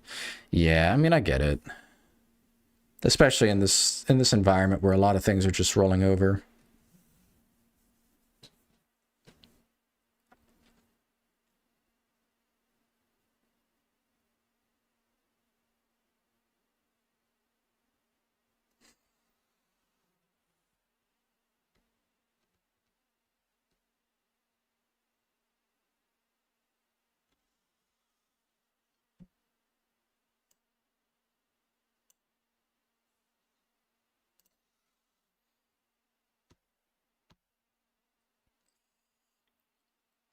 I'm just curious. I'm still new trader.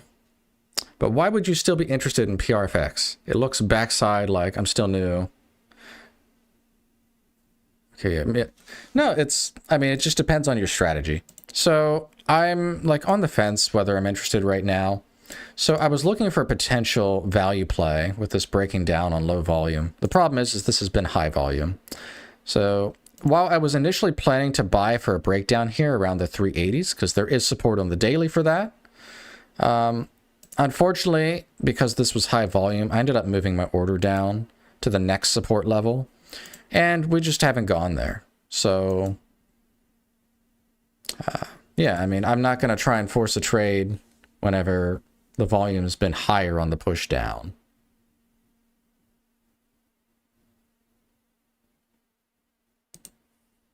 In hindsight, it looks like I would have been roughly a small loser on this trade if I would have kept it, because I was looking at low 390s, high 380s for an entry. And I could have had some upward potential there, but like there would have been more downward potential. So looks like it would have been a slightly unprofitable trade on average. I had a winning trade on PRFX in November, so I'll post the chart on Discord.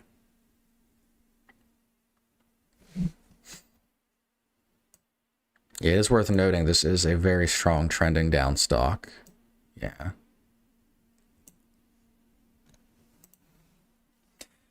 Yep, this stock does meet a lot of my short criteria. To be fair. It actually meets most of them.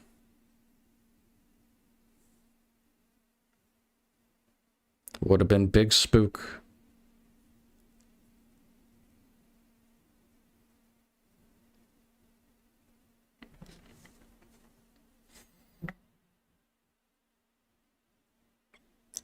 Is the Discord for this channel free? Of course it's free. It is always free. I will not charge for people to talk on the Discord.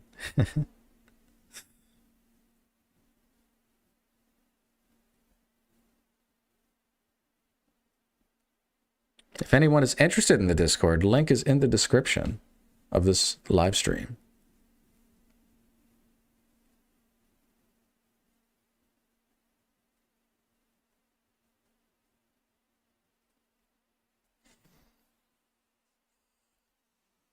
Yeah, so this did have a pop, but I don't know. This setup has been very invalidated for me now. Like, it's got to make another leg lower for me to be reinterested. And we're coming up on the top of the hour. Like I said, I kind of just want out of here. I feel like just with the way the market's been, I don't really want to even be looking at the charts, knowing that it's generally a slow market. Like PRFX, genuinely impressive move on this spike up. It looks like it was Ross fueled to some extent. I don't know how much, but it is depressing to see that after this spike up, it's rolling over. Probably because it overextended from this spike up and people were trying to evaluate it and they're trending towards that this was an overreaction.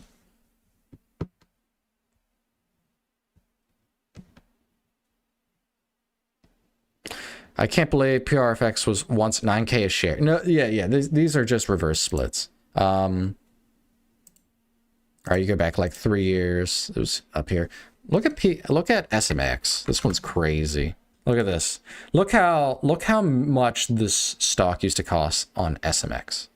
Right? How many zeros is that? 1, 2, 3, 4. So the stock cost $4 billion. Am I reading that right? $4.5 billion? $5 billion?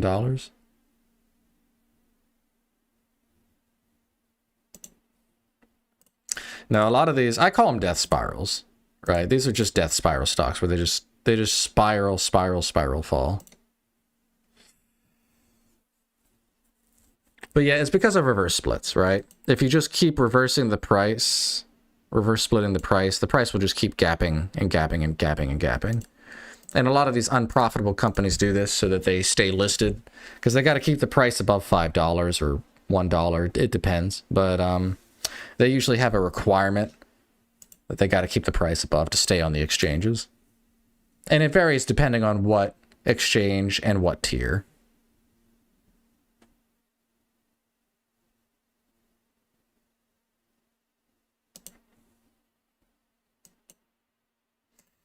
But yeah, I mean, I don't know. It's just not looking great.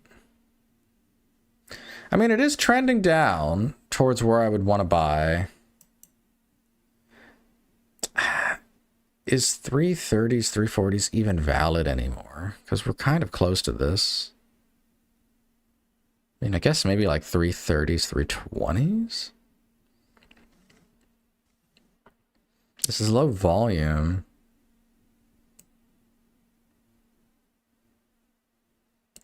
It's so consolidated here though. Like this, if this makes another leg like this, it could go down to 3.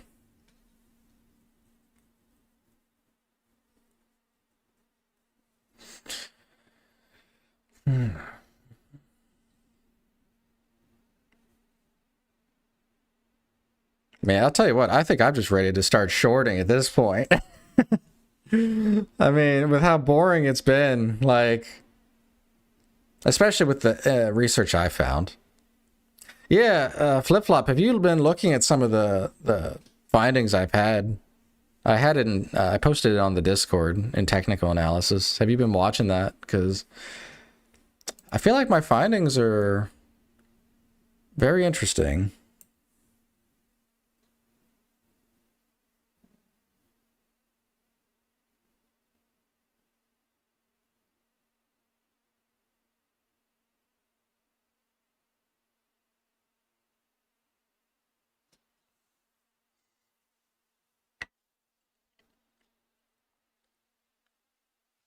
I'll go ahead and give a quick shout out before we wrap up the stream here, just because I'm not planning on being on here too much longer.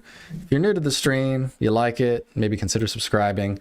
I know it, unfortunately, it's looking like another no trade day today, but that's just the reality. Like, I had a near trade. I was literally 1 penny off from the DTIL trade on this breakdown for the recovery. 1 penny off, which is frustrating, but unfortunately, like, a lot of my setups, because I'm trying to time the bottom, I need to be precise, so naturally I'm going to miss entries.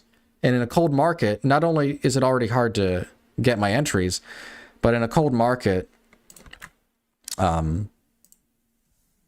not even as many entry possibilities in general. So yeah, unfortunately, that's just how it goes.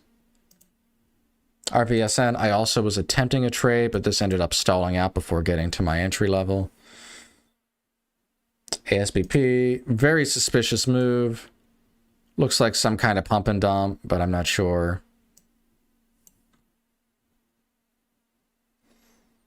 We had kids looking like maybe backside. And yeah, then there's this one where it had a good catalyst, low float, spiked up, but just went straight up in a minute, and then just rugged and is looking kind of weak now. Have I shorted before? Okay, so yeah, I understand that. Yes, I've done the research into that. I have shorted before. I've made money shorting before, but it was back before I really even had a strategy, so it was really the risky kind of shorting where you're just kind of shorting something popping up without any real strategy, which is very dangerous. Right, there's a lot of instances, especially with like Chinese stocks in particular, where I've seen it happen. You see a stock going up or down, Chinese, and you short it, right? You short it when it's going down, trying to catch that sudden like 90% flush, which does happen. Or you're just shorting something halting up, thinking that it'll eventually reverse. But I've seen stocks that halt and they'll gap up like 1000%. Like if it's a Chinese stock, low float, and it halts, like there is a very, very small chance that it will gap up 1000+%. And those ones would totally screw you. Right? If you're trading with 10% of your account's blown up.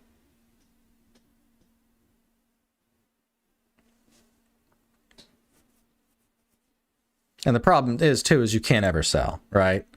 There's no ability to sell. It's a halt, so you're trapped in it. So you literally can't manage risk at all.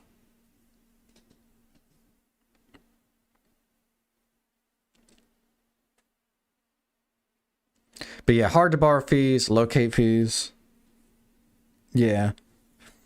The real question is how reliable is Webull going to be for shorting, right? I funded an account for Webull. I'm waiting for the money to settle.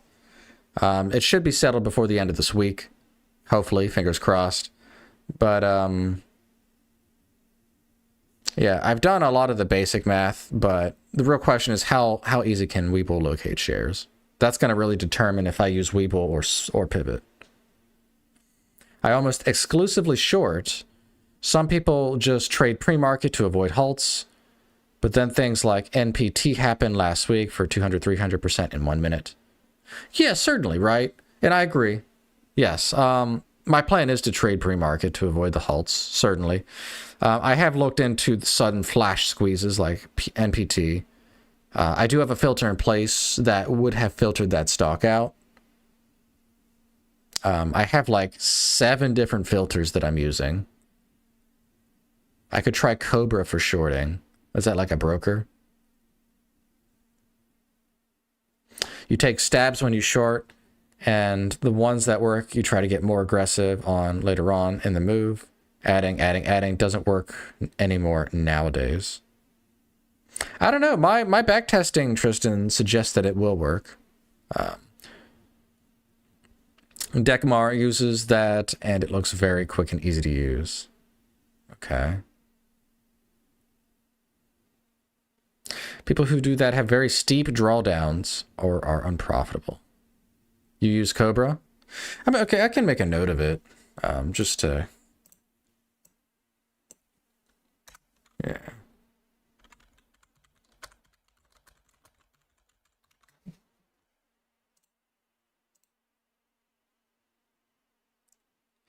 Cobra has the best locate fees, supposedly. Okay, well, I made a note of it. I'll look into them. I still like Webull just because, again, free commissions. So even if the locate fees aren't exceptional, if I'm getting free trades, that's still a very strong proposition. And that could counteract the fees. Again, I really think it's just going to come down to, can Webull locate the shares for me? I really think that's what it's going to come down to. Cobra and Centerpoint seem like the good tools for shorting. Okay, I'll write down Centerpoint too. It could be worth, if Webull doesn't work, it could just be worth me doing an investigation into other brokers. And Ocean Securities. I knew about Ocean Securities. Doesn't need PDT. Yeah, but they were slow to respond to emails, so I went to Cobra. AQMS. This one looks like it's popping. Does have news. Enters into a term sheet to acquire. Okay, so acquisition, not a big deal. Lower float.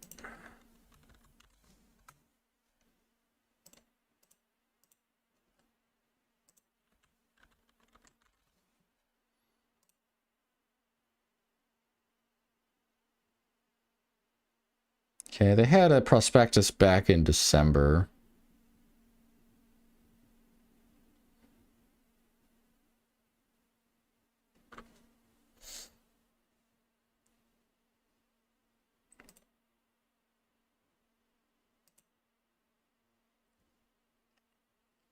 Yeah, and you have software fees on all these, I think. Yeah.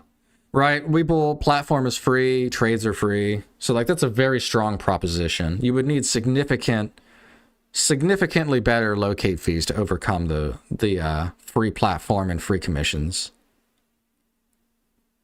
I trade to the long side and have been pleased with Webull. I may step up in the future, but pleased with Webull for now.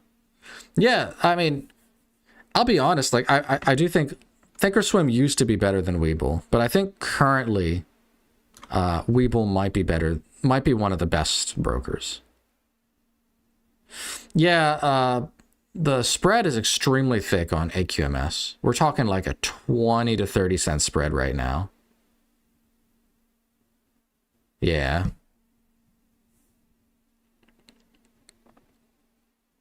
Long seem to like Webull from what I've seen. Yeah. No, I mean, it's a free broker. I've had minimal issues trading stocks. There are some, it seems like if a stock has recently reverse split, like within the last day, Webull seems to prevent you from trading some of those. Other than that, I haven't really seen Webull restrict me from trading. So that's pretty impressive, right? And even then, their fill speed is okay. Their hotkeys are pretty good. They have pretty good hotkeys.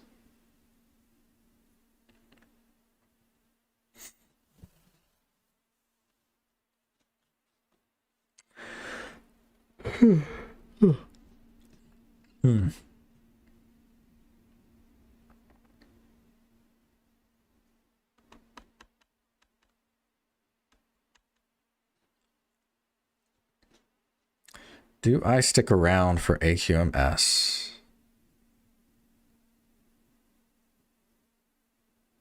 I mean, the news catalyst is basically whatever. Stock's flat.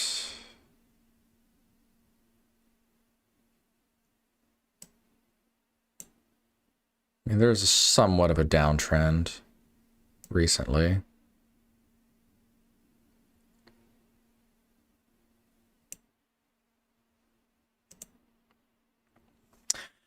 I mean, if it's a penny, I really don't want to trade it. Like, as a hard rule, I try to have it at least $1, and I don't even like it being $1. All right, let's see how big this breaks down.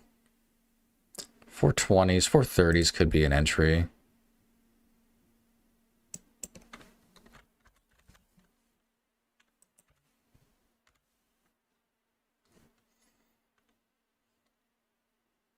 We had light volume on this push down. I like that.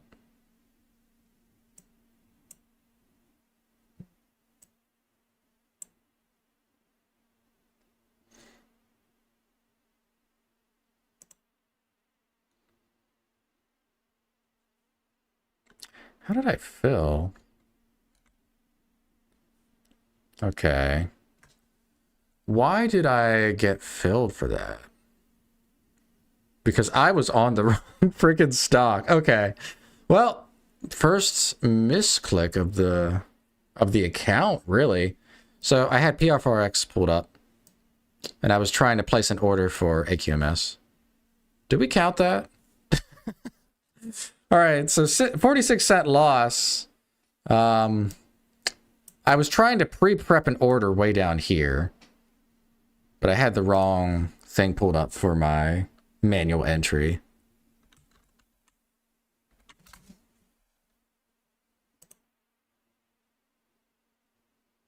Well, that's kind of annoying.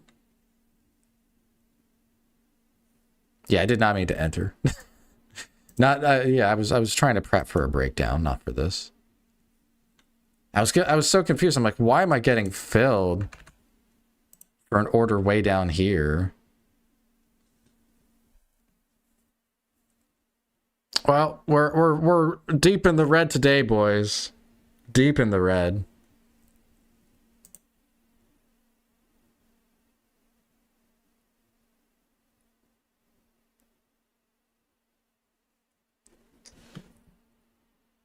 I don't even know if I should count that. I probably should. I mean, it's part of trading, so I probably should count it.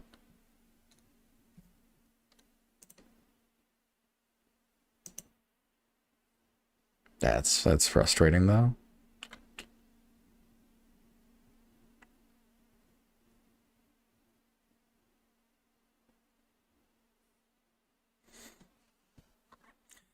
I made note of what you said about the very recent reverse splits being untradeable on Webull due to restriction. I've only been restricted on a handful of times with Webull, like to see if that happened. Well, yeah, I mean, I'm just going based off my experience, really.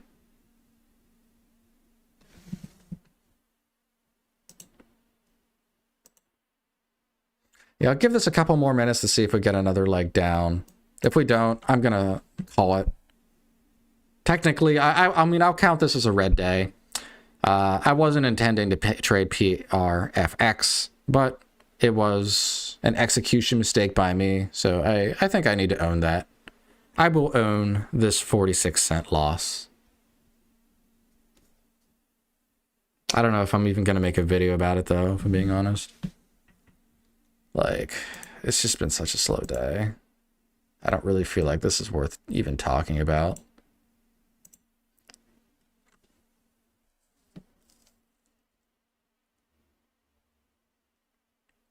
You can't go away on a red day. You're right. You're so right. Guys, I can't believe this. The red streak continues. How, man, this red streak just won't end, guys. What a terrible streak.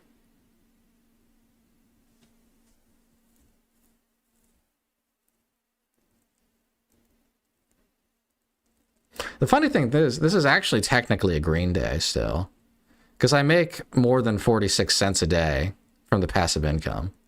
Oh, hold on, might be getting a breakdown. Hold on.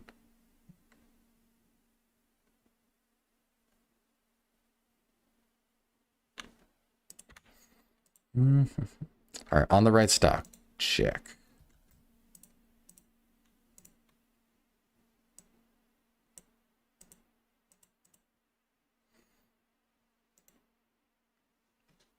It looks like it recaptured it pretty quick there.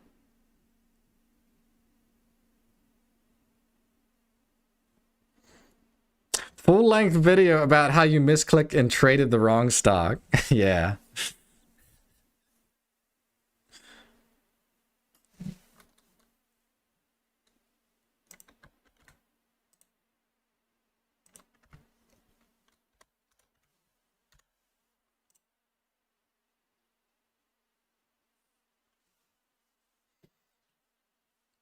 I'll probably just make a footnote, like a post on YouTube. Just be like, hey, technically I had a mistrade today. Lost like 50 cents.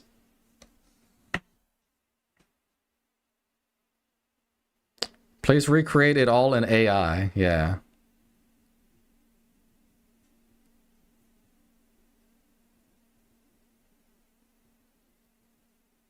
You literally like resaid what he said word for word. Paul. I'm very curious, Paul.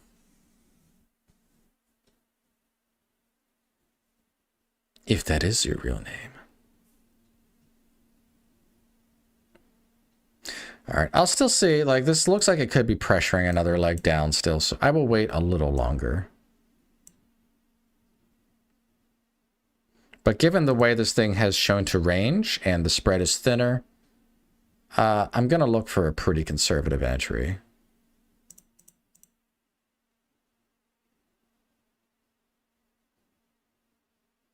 One, two, three, Paul. Yeah,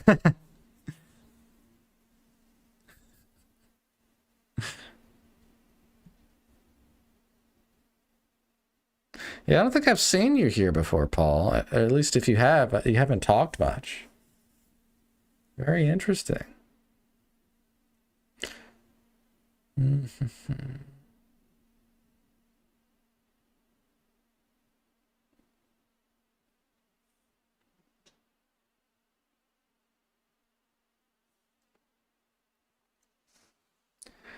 'I'm Sergio's Italian cousin from New York City. Sergio lives in Italy. Oh, okay, fair enough. We got the Italio brothers here.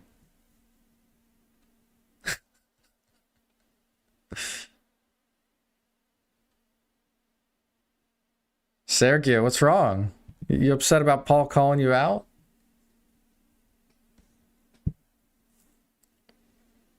Maybe Sergio's the imposter.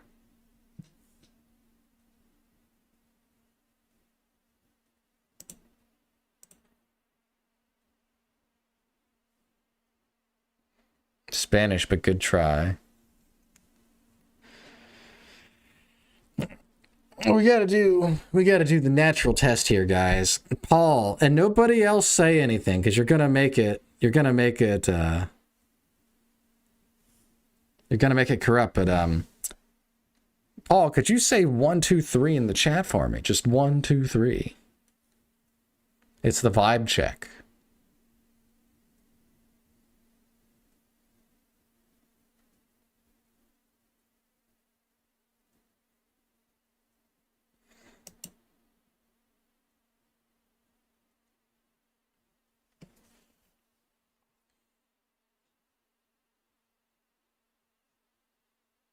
One, two, three. Okay. Yeah, okay, you're good, Paul. You're good. All right. Vibe check pass. You are permitted to stay. With soup. Okay, you're super passed now. All right.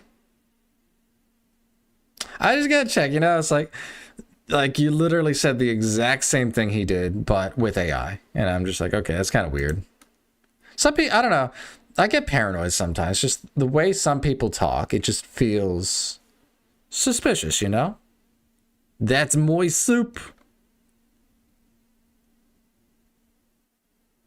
Okay, yep. All right, we got the 1, 2, 3 chain started. Is Irish and British the same, both white? Okay, so this is just kind of grinding lower.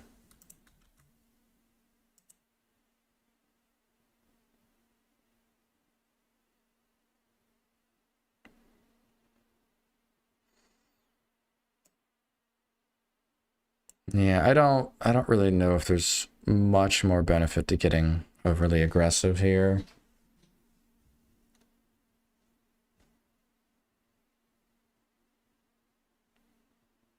Yeah, it's 9:15. I think I'm just going to call it here. Like, this thing is just slowly grinding down. It's not really giving good volatility, fair value gaps for me.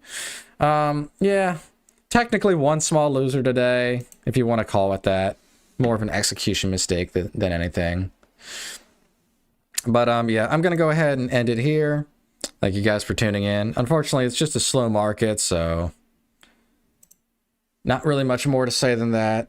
Hopefully we get some better continuations going into tomorrow. I'm not